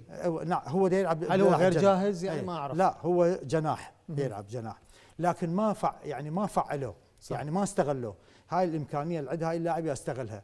اضعف الايمان انه انا اخليه يروح الى اقصى زاويه الملعب على مود يفتح الدفاع، لانه لاعب اذا استلم من الجناح يعني يكون هناك نسبه عاليه للتسجيل. هذا الشغل غير المفروض لاعب السنتر علي عبد المنعم هو المفروض لا يعني المفروض يعني مروان ايضا همله، لان هو الساعد مالته. صح. المفروض يمشي على مود يفتح المجالات امام مروان. واذا انفتحت المجالات على مروان عنده عده خيارات: التهديف من الثبات والقفز، اللعب مع لاعب الدائره، اللعب مع الوسط. صح. عمل تفوق الى الجانب الاخر للساعد اليمين. فهاي العمليه هذا اللاعب اذا تفعل تتغير. طيب رايك بتمركز اللاعب علي عبد المنعم اللي في مركز السنتر؟ يعني هذا تعرف مركز مهم يعني امام المرمى. رايك بتحركاته يعني شو يحتاج كان المفروض؟ هو بصراحه ثلاث محاولات بالقائم، يعني واحده خارج المرمى. هو لاعب الهدف الاساسي الحجز ثم اخذ الفراغ. هو دا ياخذ الفراغ يعني مستعجل وحصل كرات، بس من دا يحصل الكره دا يحصلها من وضع صعب، فما دا ياخذ فرصه بالتركيز بالتهديف، فلهذا تشوفه بالعارضه او هذا. بينما هو اللي يقوم بعمليه الحجز للخط الخلفي، سواء كان بلاي ميكر او العلي طارق او المروان، ومن ثم اخذ الفراغ راح يستلم الكره بطريقه مرتاحه. لانه انا كمهاجم خط خلفي من اضغط على المدافع راح اضطر اسحبه. من يصير سحب مكانه فراغ، هو يجب ان ياخذ مكان المدافع حتى يستلم. دا يستلم من زوايا صعبه، هاي الزوايا ما تخلي يقوم بعملية التهديف بحرية وتركيز، فلهذا تجي بالعارضة. لكن هو لاعب جيد، صح. يعني يريدون يستغلوه، فالمفروض يكون الحديث انه هذا اللاعب يجب ان يستغل، وراء طيب. العبد زيد ان يستغل. كابتن فؤاد، شنو على فريق الحشد ان يعمل في الشوط الثاني؟ هل عليه ان يستمر نفس الاسلوب ونفس الايقاع ام لا؟ عليه يسرع جهه او يخفف جهه؟ هسه هو بدا يعزل الاشكالات اللي صارت عنده ببدايه المباراه. راح ينطي بالتاكيد، راح يعطي نصائح للفريق بالشق الدفاعي، بعدين ينتقل للشق الهجومي. طيب انا اعتذر عن المقاطعه، بدات الشوط الثاني. اذا احبتي المشاهدين نعود مره ثانيه الى قاعه ديالا لتكمله مباراه بين فريقي ديالا والحشد الى هناك مع الزميل علي عنب. ايضا اشكر موصلكم بعد الكرام متواجدين في الاستوديو التحليلي.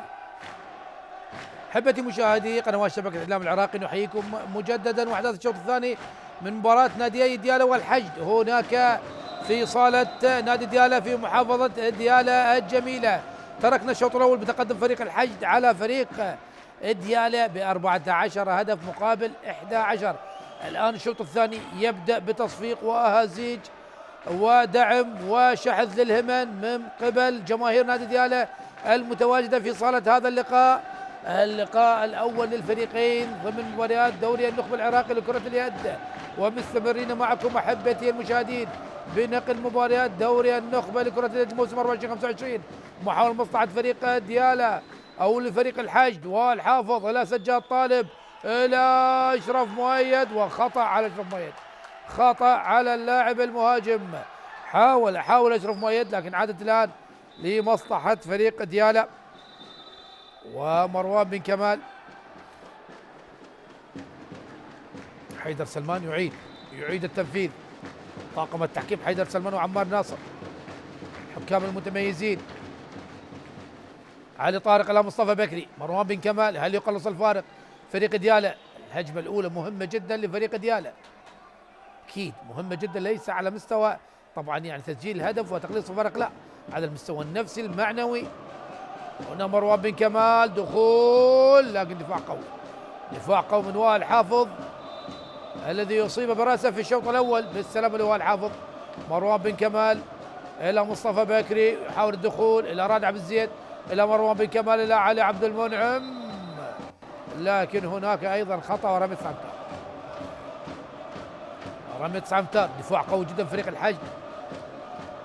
مصطفى لعلي طارق، علي طارق ايضا دفاع قوي جدا من اللاعب يونس غالب. هنا علي طارق الى مصطفى بكري، واشاره اللعب السلبي الى مروان بن كمال، صواب وممتازه منتظر قاسم. رد كره مروان بن كمال، عادت مصلحه فريق الحشد الذي يبحث عن تعزيز الفارق. هل ينجح؟ يحاول الان محمود عبد المغني، لكن ايضا رمية سعمتار اخرى لمصلحة فريق الحشد.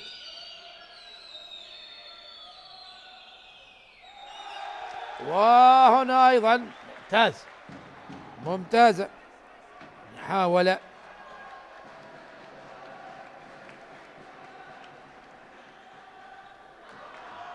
وفريق ديالا ايضا يخطأ بهذه الهجمة. فريق ديالا هجمة سريعة هدف سريع جدا لمصلحة فريق الحشد عن طريق طبعا اللاعب احمد مالك، ينجح او عن طريق اللاعب ميثم صبري الذي نجح بتسجيل الهدف ال15. فارق 4 أهداف لمصلحة فريق الحشد. هل ينجح ديالا بالعودة وأن يقلص الفارق؟ دفاع قوي جدا. شاهد فريق الحشد في بداية هذا الشوط دفاع قوي جدا ومتماسك أمام لاعب فريق ديالا. علي عبد المنعم إلى علي طارق، إلى مصطفى بكري، إلى علي طارق من جديد. مروان بن كمال تمريرة جميلة، ولكن هناك تصدي من منتظر قاسم. وهناك أيضا يعني إيقاف لمدة دقيقتين على سجاد طالب. ورمية 7 أمتار لمصلحة فريق الحشد أو لمصلحة فريق ديالا على فريق الحشد. رائد عبد الزيد لاعب الخبرة التجربة، لعب سنوات طويلة مع منتخبنا الوطني. رائد عبد الزيد من أمام كرار أسعد الحارس الذي دخل بديل الآن. هل ينجح رائد عبد الزيد في التقليص وتسجيل الهدف الثاني عشر؟ رائد وهي ممتازة من كرار أسعد، يتصدى لتصويبة رائد عبد الزيد، ممتازة. رامي سامتار ضايعة من قبل لاعب الخبرة رائد عبد الزيد. محمود عبد المغني إلى شاب عبد الله الأوال حافظ، ثلاثي الخط الخلفي. أكيد لأرض الاستعجال فريق الحج يلعب بالهدوء، متقدم فارق 4 أهداف، يريد اللعب على المضمون. محمود إلى وائل يحاول التصويب، لكن دفاع قوي من محمد صاحب. من جديد ميثم صبري إلى شاب عبد الله، إلى محمود. شاب عبد الله من جديد، الثنائي المصري محمود عبد المغني وشاب عبد الله. ميثم صبري إلى وائل حافظ، وائل إلى محمود، ودفاع قوي من علي عبد المنعم. والروح الرياضية موجودة.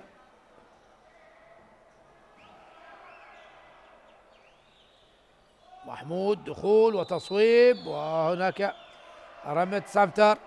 عمار ناصر، و4 تمريرات فقط متبقية بعد رفع إشارة اللعب السلبي. كم تمريرة؟ لا، تمريرتين. حيدر سلمان يشير تمريرتين، عمار ناصر أشار ب4 خطوات. وهنا شاب عبد الله يحاول، فقد الكرة، عادت مصعد فريق ديالى. إذا الهجوم المرتد السريع، تأخر لاعبي فريق ديالى بالهجوم المرتد. رائد عبد الزيد تأخر، هناك خطأ لمصلحة فريق ديالى، لمصلحة رائد عبد الزيد. تأخر لاعبي فريق ديالى بلعب الهجمة المرتدة السريعة. 5 دقائق مرت من الشوط الثاني وفارق 4 أهداف. هنا محاولة وأيضا بالقائم، محاولة غير ناجحة من لاعب فريق ديالى. هل حسين أحمد أم علي عماد؟ لم ينجح لغاية الآن.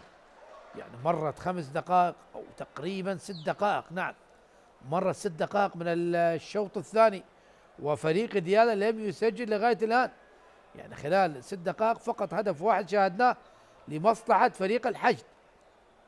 سجاد طالب الأوائل حافظ.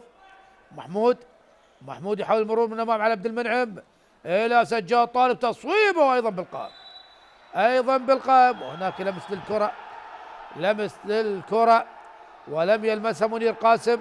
عمار ناصر يعني واضح جدا أنه متأكد من قراره. الحيازة والهجمة ما زالت مصلحة فريق الحشد. مروان بن كمال، رائد عبد الزيد يتكلم مع حيدر سلمان.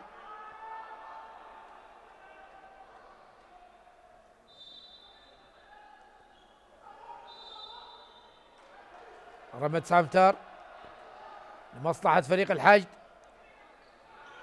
يحاول فريق الحشد والحافظ يبحث عن زاوية التصويب، لكن دفاع قوي من محمد صاحب. رمية سامتار، ميثم صبري إلى محمود عبد المغني. محمود يمرر، اصطدت بعلي عبد المنعم. وما زالت لمصلحة فريق الحج. هجمة أخذت وقتا طويلا. سجاد طالب إلى محمود عبد المغني أمام مروان بن كمال. صراع تونسي مصري هنا في صالة ديالى، والصراع الكبير سواء على المستوى العربي والمستوى الأفريقي ما بين تونس ومصر، والمنتخبان متواجدان. يعني شاهد نعم هذه اللقطة ما بين مروان بن كمال ومحمود عبد المغني. شارة اللعب السلبي والحافظ هل يصوب والحافظ، وهناك رمية 9 أمتار. رمية 9 أمتار. كم تمريرة متبقية على شارة اللعب السلبي. هنا والحافظ يحاول، وأيضا خطأ على رائد عبد الزيد. والحافظ يبحث عن زاوية التصويب. وهنا وال صوب وإلى الخارج، تصويب مسافة بعيدة. نعم، ومن هذه الزاوية صعب جدا، صعب جدا. هجمة أخذت وقتا طويلا وفي الأخير لم تسجل من قبل فريق الحشد. علي طارق لراد عبد الزيد، مروان بن كمال، ماذا تفعل؟ فقد الكرة والجمهور طبعا يعني. وهنا المحاولة من أشرف مؤيد ممتازة من أشرف مؤيد، يسجل الهدف السادس عشر، يوسع الفارق إلى 5 أهداف. الفارق الآن يصل إلى 5 أهداف، 16 للحشد و11 لفريق ديالى. فريق ديالى يعني مرت 8 دقائق أو 9 دقائق ولم يسجل. نعم 9 دقائق مرت من الشوط الثاني، فريق ديالى لم يسجل أي هدف لغاية الآن. هل تمر ال10 دقائق الأولى؟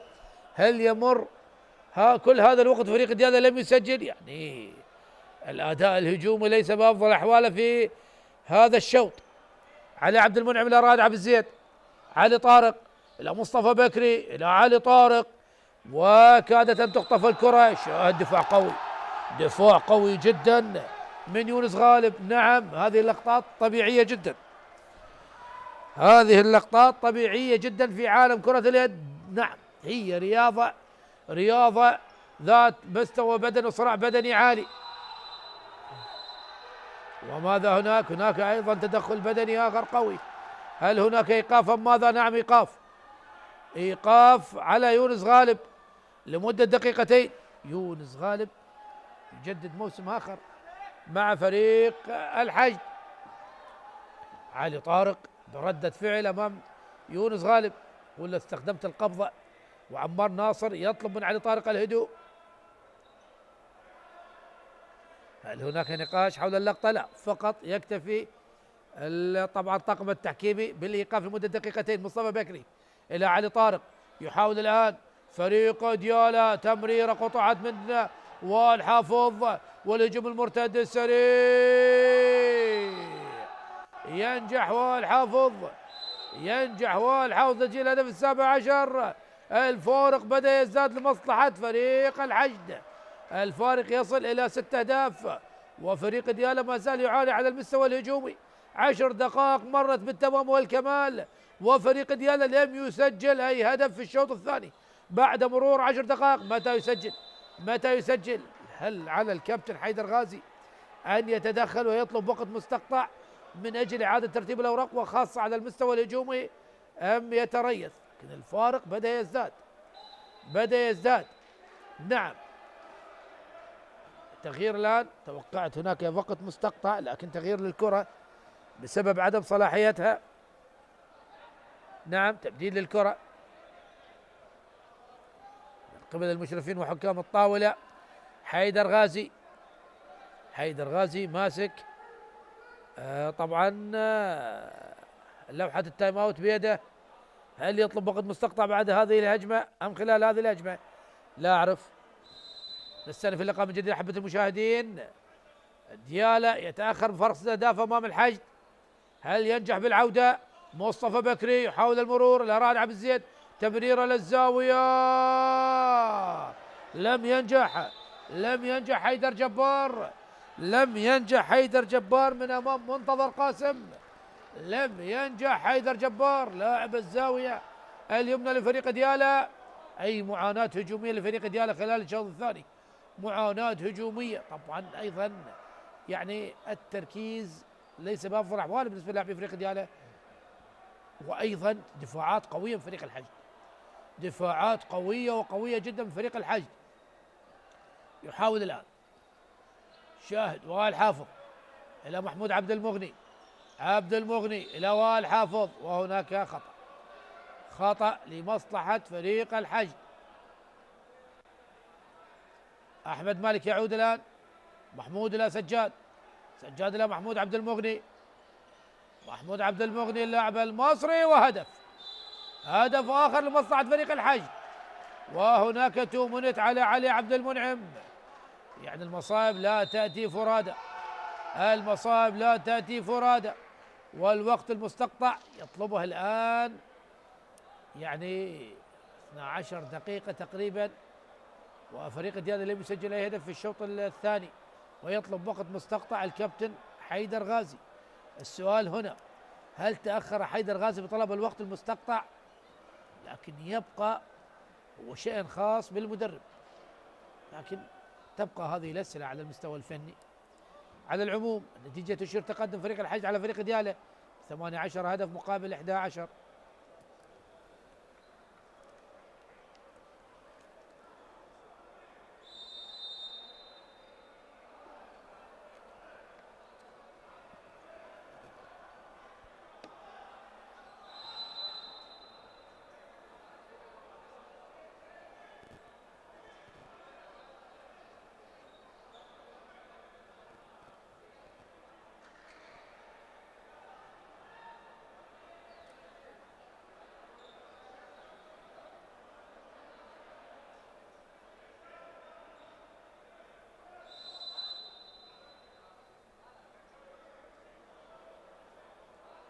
ينتهي الوقت المستقطع الذي طلبه المدرب حيدر غازي مدرب نادي ديالا، يعود ونستهدف لقاء من جديد احباب المشاهدين.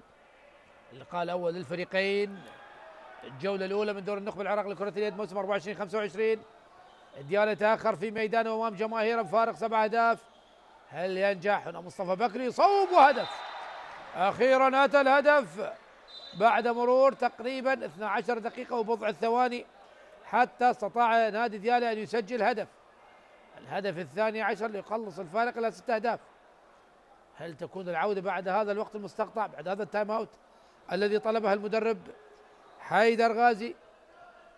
يحاول فريق الحشد ثلاثي الخط الخلفي، ثلاثي فعال جدا، تمريره ممتازه، ممتازه التمريره من سجاد طالب لميثم صبري الذي يسجل الهدف التاسع عشر.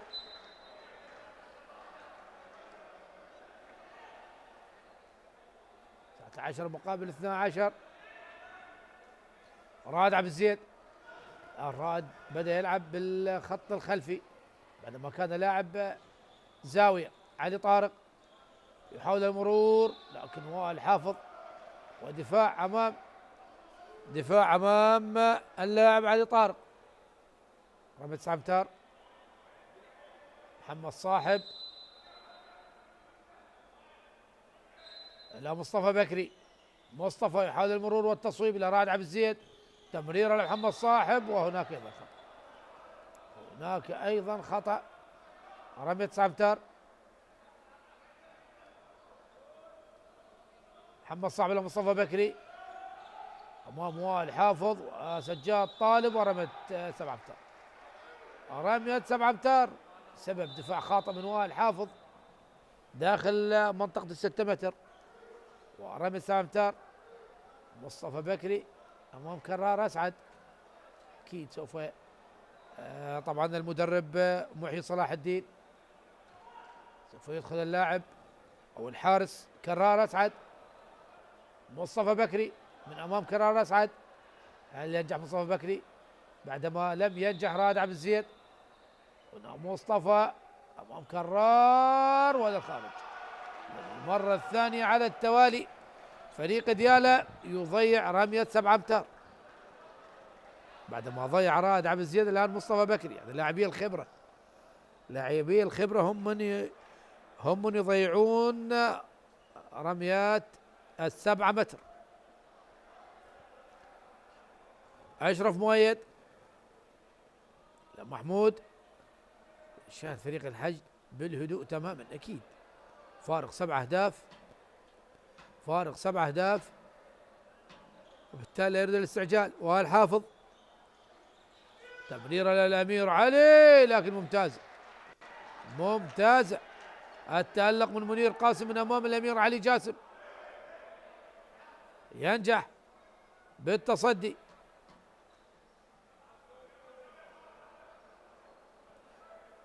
يعني يحاول الان فريق الحج ان يعزز الفارق.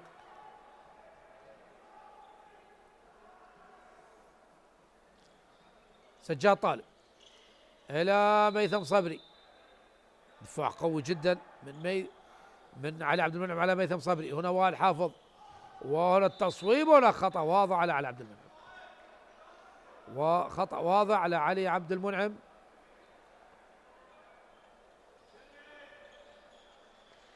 يحاول الآن محمود عبد المغني، سجاد طالب إلى محمود، سجاد إلى ميثم، وإلى الخارج، إلى الخارج، تصويب ميثم والهجوم مرتد سريع، وهنا هدف جميل جدا بسرعة كبيرة من فريق ديالا، هدف عن طريق حيدر جبار، يعطي طبعا الأمل للمدرجات بأن تشجع وتوازر. ما زال الفارق 6 أهداف، فارق كبير، وخاصة احنا نتكلم يعني عن الشوط الثاني ومتبقي تقريبا يعني أقل من 13 دقيقة. يحاول سجاد طالب إلى علي وسام، دخل الآن بديلا أشرف مؤيد، إلى علي وسام من جديد، سجاد طالب، ممتازة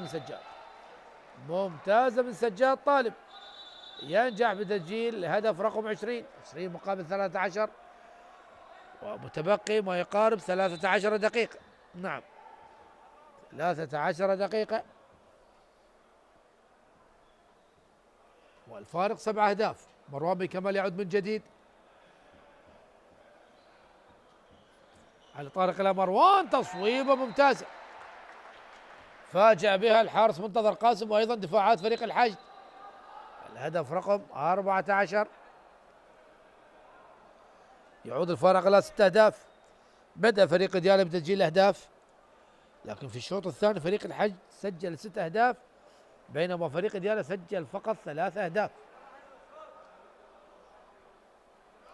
علي وسام القادم من نادي الجيش إلى سجاد طالب، وائل، سجاد، يحاول علي وسام إلى سجاد، إلى وائل، لقطة جميلة جدا من وائل حافظ، لكن الأجمل تصدي منير قاسم تصدى للكثير من كرات المواجهة، لكن فريق ديال على المستوى الهجومي لم يكن بأفضل أحواله، وخاصة في الشوط الثاني. حيدر جبار إلى علي طارق، ممتازة من علي طارق. بدأ فريق ديالا يستعيد مستواه الهجومي شيئا فشيئا، يسجل الهدف ال15. ميثم صبري يحاول فريق ديالا أن يعود بنتيجة اللقاء، ما زال الفارق كبير. علي وسام، سجاد طالب إلى وائل حافظ، وائل إلى علي وسام، إلى وائل، يحاول من جديد، مرور وتصويب، هدف جميل لمصلحة وائل حافظ، هدف رقم 21.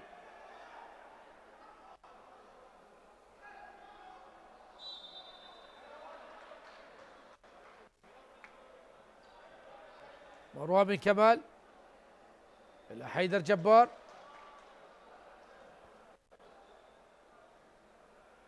مصطفى بكري، فريق ديالا يريد أن يقلص الفرق إلى 5 أهداف، هل ينجح من خلال هذه الهجمة؟ مصطفى إلى مروان بن كمال، يحاول علي طارق، مصطفى بكري، دخول وتصويب، لكن دفاع قوي، دفاع متماسك من فريق الحشد بهذه اللقطة.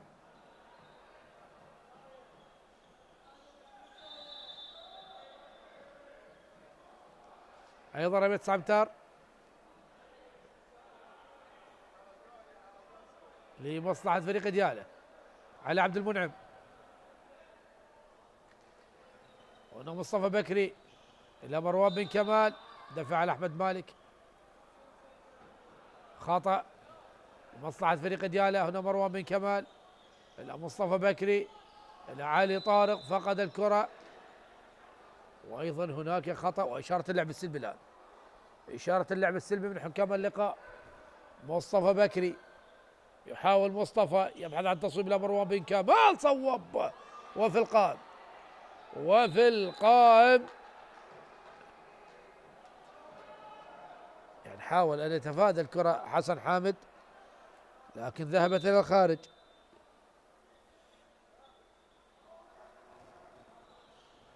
مصطفى بكر مروان بن كمال، يحاول حيدر جبار. فريق دياله يعاني على المستوى الهجومي.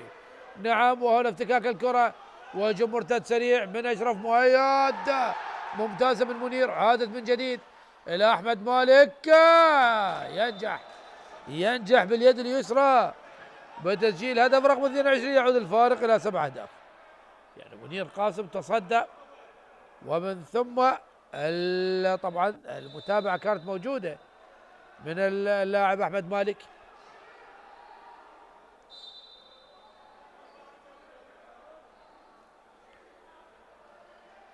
أقل من 9 دقائق على نهاية أحداث هذا اللقاء، والفارق 7 أهداف لمصلحة فريق الحشد، 22 مقابل 15. فريق دياله لديه مستوى أفضل من المستوى الذي شاهدناه، وخاصة في الشوط الثاني، لكن هو يصطدم بفريق جاهز على المستوى الفني، على المستوى البدني، بسبب مشاركته في بطولة الأندية العربية. أكيد كل ما تكون المنافسة على مستوى عالي تكون الفائدة الكبرى للمنتخب الوطني، وخاصة منتخباتنا الوطنية.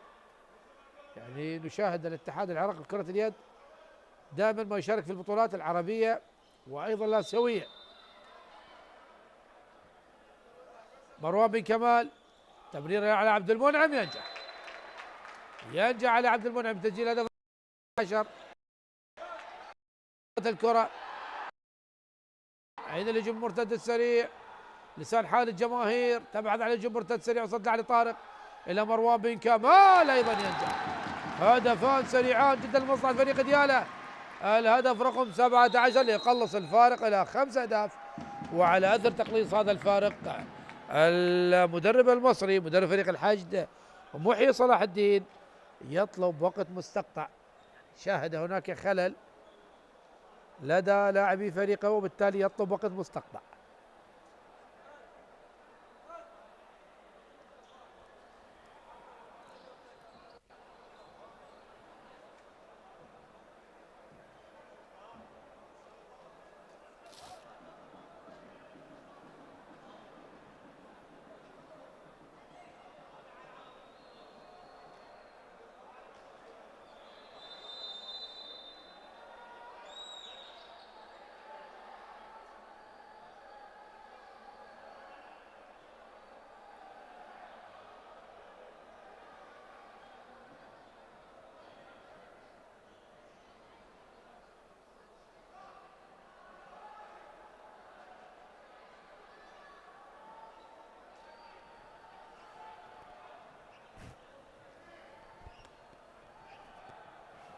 بانتظار نهاية الوقت المستقطع واستئناف اللقاء من جديد أحبة المشاهدين، مشاهدي قنوات شبكة الإعلام العراقي.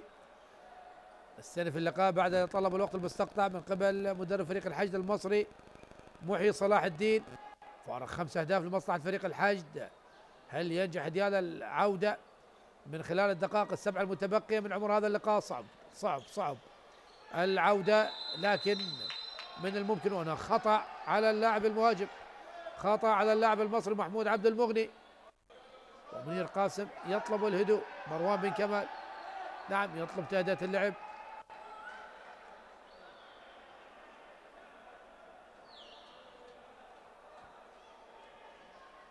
مصطفى بكري إلى مروان بن كمال،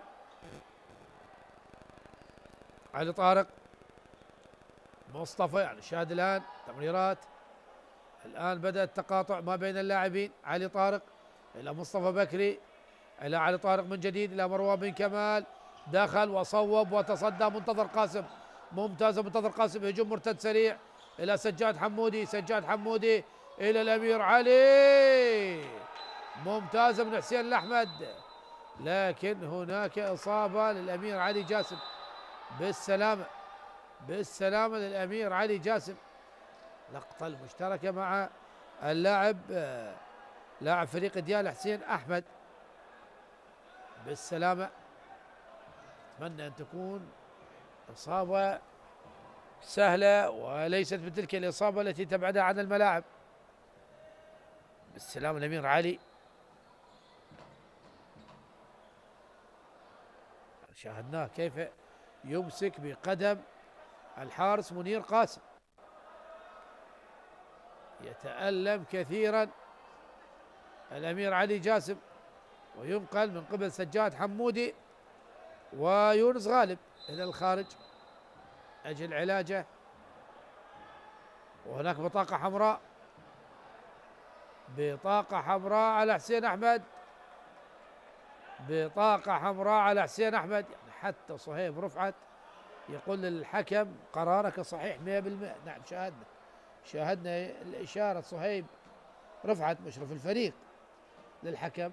أكيد يعني هكذا لقطات تعتبر يعني خارج الروح الرياضية من قبل اللاعب حسين أحمد. نعم ليس بذلك اللاعب الذي لديه خبرة، لكن نتمنى ألا يكرر هكذا لقطات. رمي 7 أمتار وينجح المصري محمود عبد المغني. الهدف رقم 23 مقابل 17.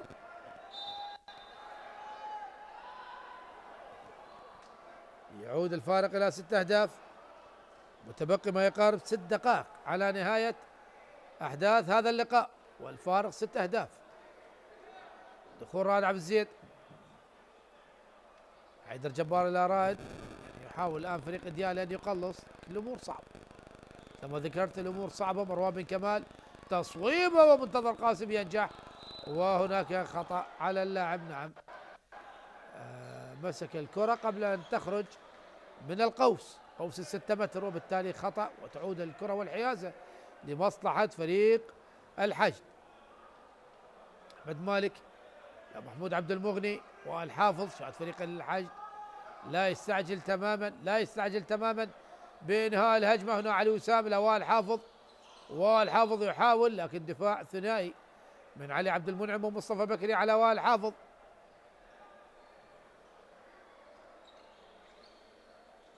محاولة الآن من والحافظ، وهناك 2 منت على مصطفى بكري.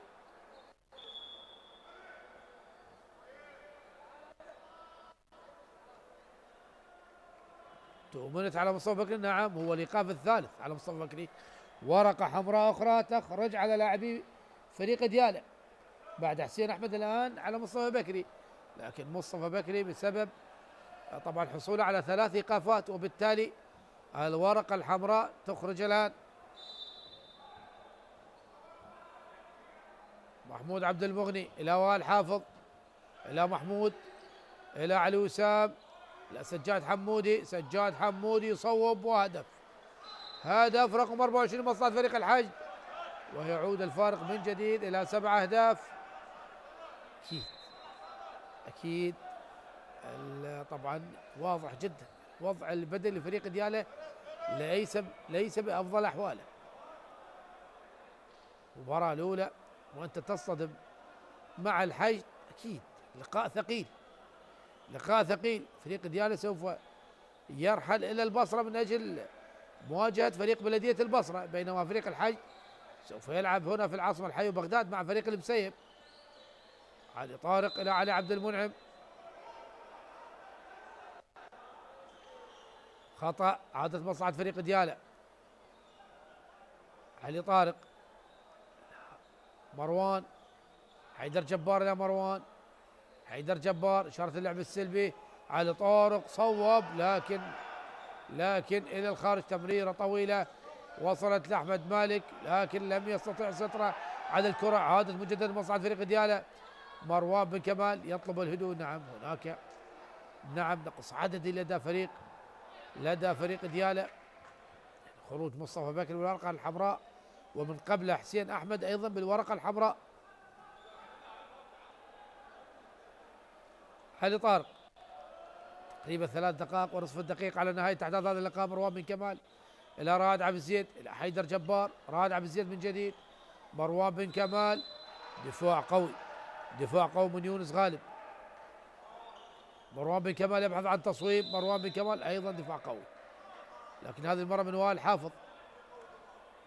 تلعب سريعا من علي إلى مروان. شاهد رائد عبد الزيد، ووائل حافظ خطف الكرة وائل حافظ، والمرمى خالي. والهدف رقم 25. وائل حافظ الذي حقق لقب الدوري مع فريقين مختلفين، وجماهير ديالا بدأت المغادرة. أكيد حزينة جماهير ديالا، يعني توقعت أن يكون الأداء أفضل، يعني الجميع توقع أن يكون الأداء أفضل من هذا الأداء. نعم شاهدنا أداء جيد في الشوط الأول، لكن في الشوط الثاني انخفض كثيرا أداء فريق ديالا، وخاصة على المستوى الهجومي. يعني فريق ديالا في الشوط الثاني لغاية الآن لم يسجل فقط 6 أهداف، فقط 6 أهداف سجل، بينما فريق الحج سجل 11 هدف. شاهد 11 هدف مقابل 6 أهداف. و2 منت إيقاف على وائل حافظ بسبب اعتراض الكرة بالقدم بصورة متعمدة، وبالتالي إيقاف. رمي 9 أمتار لمصلحة فريق ديالا، فارق 8 أهداف.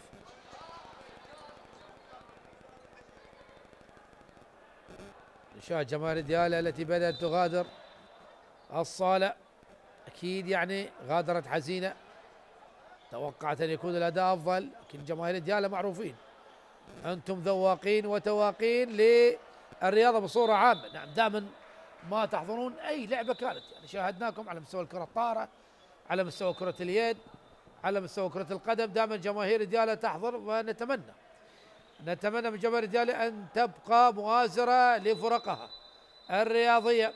وهناك إيقاف 2 منت على أحمد مالك. مروان بن كمال يعاتب أحمد مالك، لكن خلاص انتهت اللقطة بروح رياضية ما بين الفريقين وما بين مروان بن كمال وأحمد مالك. إيقاف آخر على فريق الحج، مرة أولى على وائل حافظ ومرة ثانية على أحمد مالك. حيدر جبار على طبعا رمية 7 أمتار، كرار أسعد الذي يدخل خلال رميات ال7 أمتار. حيدر هل ينجح بعدما عجز مصطفى بكر ومن قبل راد عبد الزيد من عدم النجاح أمام كرار أسعد؟ حيدر هل ينجح؟ وحيدر ينجح من أمام كرار أسعد، والهدف 18 لمصلحة فريق ديالا. 18 ديالا 25 الحشد، متبقي أقل من دقيقتين أحبة المشاهدين وينتهي هذا اللقاء. سجاد طالب يحاول، محمود عبد المغني، سجاد طالب إلى ميثم صبري. فريق الحج يحاول استهلاك الثواني المتبقية من هذا اللقاء، لكن خلاص يعني المباراة انتهت لمصلحة فريق الحج. فارق 7 أهداف ومتبقي تقريبا دقيقة. أن مروان بن كمال إلى علي طارق، ينجح علي طارق تسجيل الهدف 19 لمصلحة فريق ديالا، خلص الفارق إلى 6 أهداف ومتبقي أقل من دقيقة على نهاية أحداث هذا اللقاء، والفارق 6 أهداف. الحج يبدأ هذا الموسم بفوز على ديالا هنا في صالة نادي ديالا، أكيد فوز مهم جدا. ديالا لن يكون لقمة سهلة وخاصة في صالته، يعني الأداء بالسلامة لاعب فريق ديالا. نعم الأداء انخفض بسبب يعني الجانب البدني، واضح جدا ليس بأفضل أحواله، وبالتالي انخفض الجانب البدني لفريق ديالا خلال أحداث الشوط الثاني. والديالا خذوها مني وعلى مسؤوليتي أنه هذا الفريق خلال المباريات القادمة لن يكون فريق سهل بالمرة، والفوز عليه سوف يكون صعب جدا، وخاصة هنا في هذه القاعة، قاعة ديالا. بالسلامة لاعب نادي ديالا، هل يعاني من الإعياء؟ نشاهد طبعا الكادر الطبي للتأكد من سلامته، ينهض بالسلامة. وهنا كلام ما بين سجاد طالب ومنير قاسم، أكيد روح رياضية، وأيضا محمود عبد المغني وحيدر سلمان.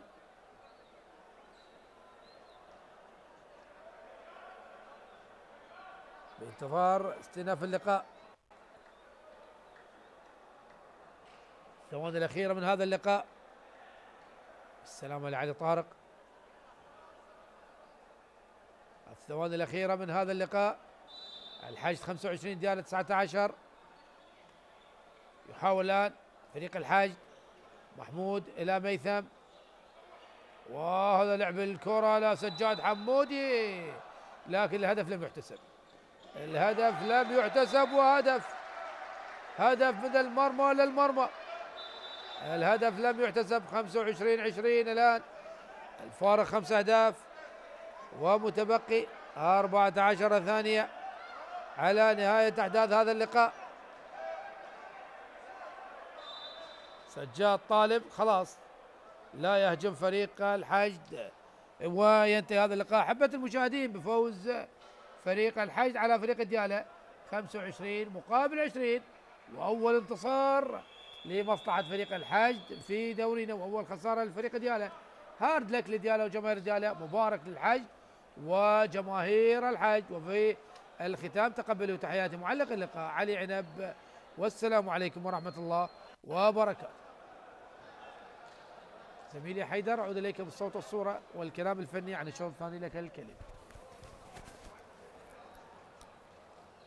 إذا شكرا للزميل علي عنب على هذا التعليق، وبالتأكيد مبروك لفريق الحشد بفارق 5 أهداف عن فريق ديالى، وبالتالي مباراة كانت بمستوى أو بالموعد، باعتبار قدم الفريقين كمباراة كبيرة. فريق الحشد كان هو المسيطر على المباراة على طوال الشوطين، وفريق ديالى لم يكن سهلا ولم يستسلم إلى آخر رمق، وبالتالي انتهت بفارق 5 أهداف. عودة للكباتن في الاستوديو، كابتن محمد حمزة وفؤاد متعب. كابتن محمد، نتيجة طبيعية في ظل الفروقات بين الفريقين. ديالى لم يكن سهلا، قدم مستوى كبير. أتوقع لو كان العامل البدني أفضل، أو لو كان محترف آخر مع مروان، يمكن كان هاي ال5 أهداف ما شفناها. نعم، بالبداية نبارك إلى فريق الحشد بالفوز، ونقول يعني هارد لك إلى فريق ديالى اللي قدم مستوى طيب لكن يعني كانت بعض الأمور مو بصالحة. عدة كرات بالعارضة، بعض صح، يعني خصوصا الشوط الثاني اكو مناولات انطى اهداف سهله بالضبط، وسجل اهداف صعبه. نعم.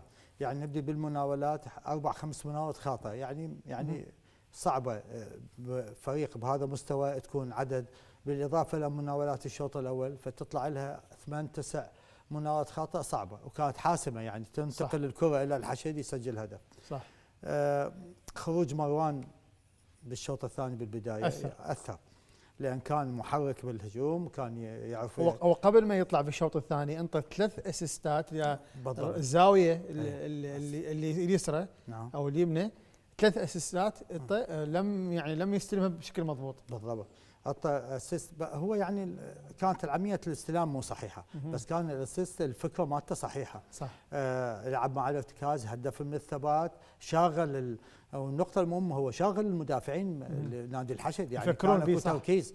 فكانت اي كره تنقل الى الكره عكسيه الى الساعد الاخر مباشره التفكير باليد اليسرى. سجل معدها اللاعب علي طارق هدفين، مصطفى بكري سجل، لكن خروجه اثر الفريق يعني فقد فاعليه الاداء بالدخول هو كابتن تعب بين الدفاع والهجوم، هو كان المفروض مو يتفرغ للهجوم افضل. بالضبط، ذكرت يعني تحت الهواء يعني وجهه النظر انه احنا كان بالشوط الثاني او نهايه الشوط الاول هو يلعب فقط بالهجوم، لان هو فاعليته يعني اكبر بالهجوم. والدليل انه من نزل نص منتصف الشوط خلص ولعب، وايضا بدا يحرك الفريق، سجل هدفين متتاليين. بالضبط، صح. سجل هدفين، فهو اللاعب يعني اكتف فعال يعني بالهجوم حتى بالدفاع، بس يعني تعرف العمر له احكامه، التعب، الجانب البدني بالنسبه ما يتناسب ويا العمر. بس احنا ممكن يعني نقول هاي الخيارات اللي مطروحه امام المدرب.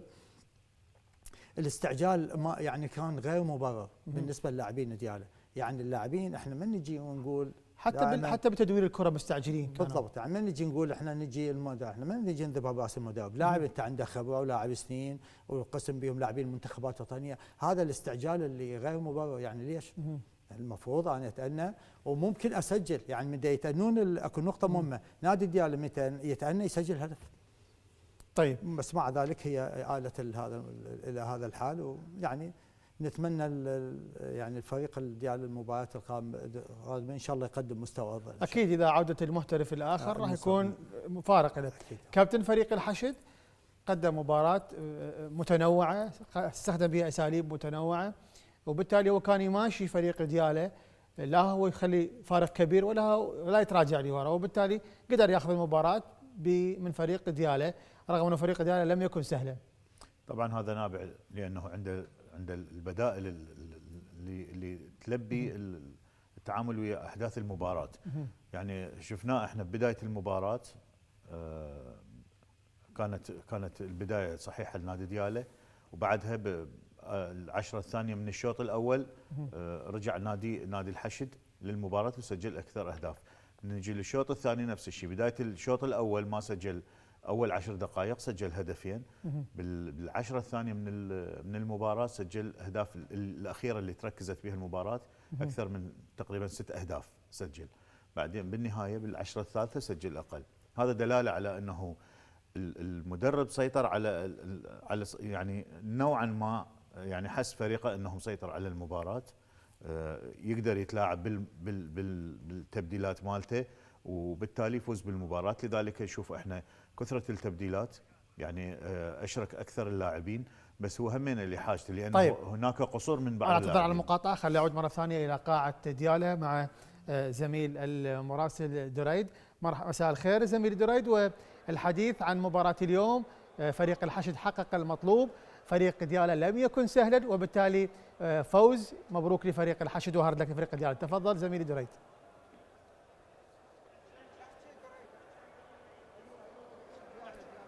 الو وياك دياله. الو انا بتجاوب. نعم تفضل، انت بتجاوب، تفضل لك الكلمه. نعم طبعا. نعم طبعا انتهت مباراة قبل قليل بين دياله والحشد. طبعا فاز بها الحشد ب 25 نقطة مقابل 20 نقطة. في الشوط الأول استطاع نادي دياله طبعا صاحب الأرض والجمهور أن يجاري الحشد، لكن في الشوط الثاني حقيقة بدأت الفوارق يعني تبين على فريق دياله. لم يستطع فريق دياله في الشوط الثاني أن يجاري الحشد، لذلك خاصة بأن في الربع الأخير من الشوط الثاني شهدت حالتين طرد لنادي دياله، لذلك استطاع نادي الحشد بفوز في أول مباراة افتتاحية للطرفين في الدوري الممتاز. طبعا الجمهور قبل نهاية المباراة بدأ بالانسحاب، يعني من بدأ عدم رضائه وعدم واستيائه من النتيجة الحالية، خاصة بأن نادي دياله كان استعداداته طويلة قبل المباراة. ايضا لا ننسى بان نادي دياله في الموسم السابق انسحب قبل نهايه الموسم بسبب ضائقه ماليه.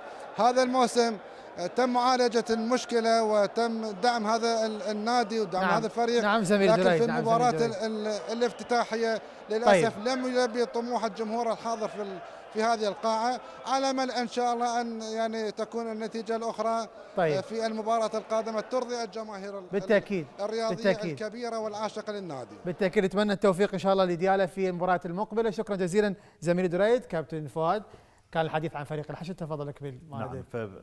فامتلاك نادي الحشد المرونة يعني بخيارات اللاعبين خلاه يتعامل بسهولة أثناء المباراة، لأنه عنده لاعب، يعني حتى لاعبين المحترفين احنا شفنا، يعني توقعنا مستواهم محترفي الحشد، توقعنا مستواهم اعلى من هذا المستوى.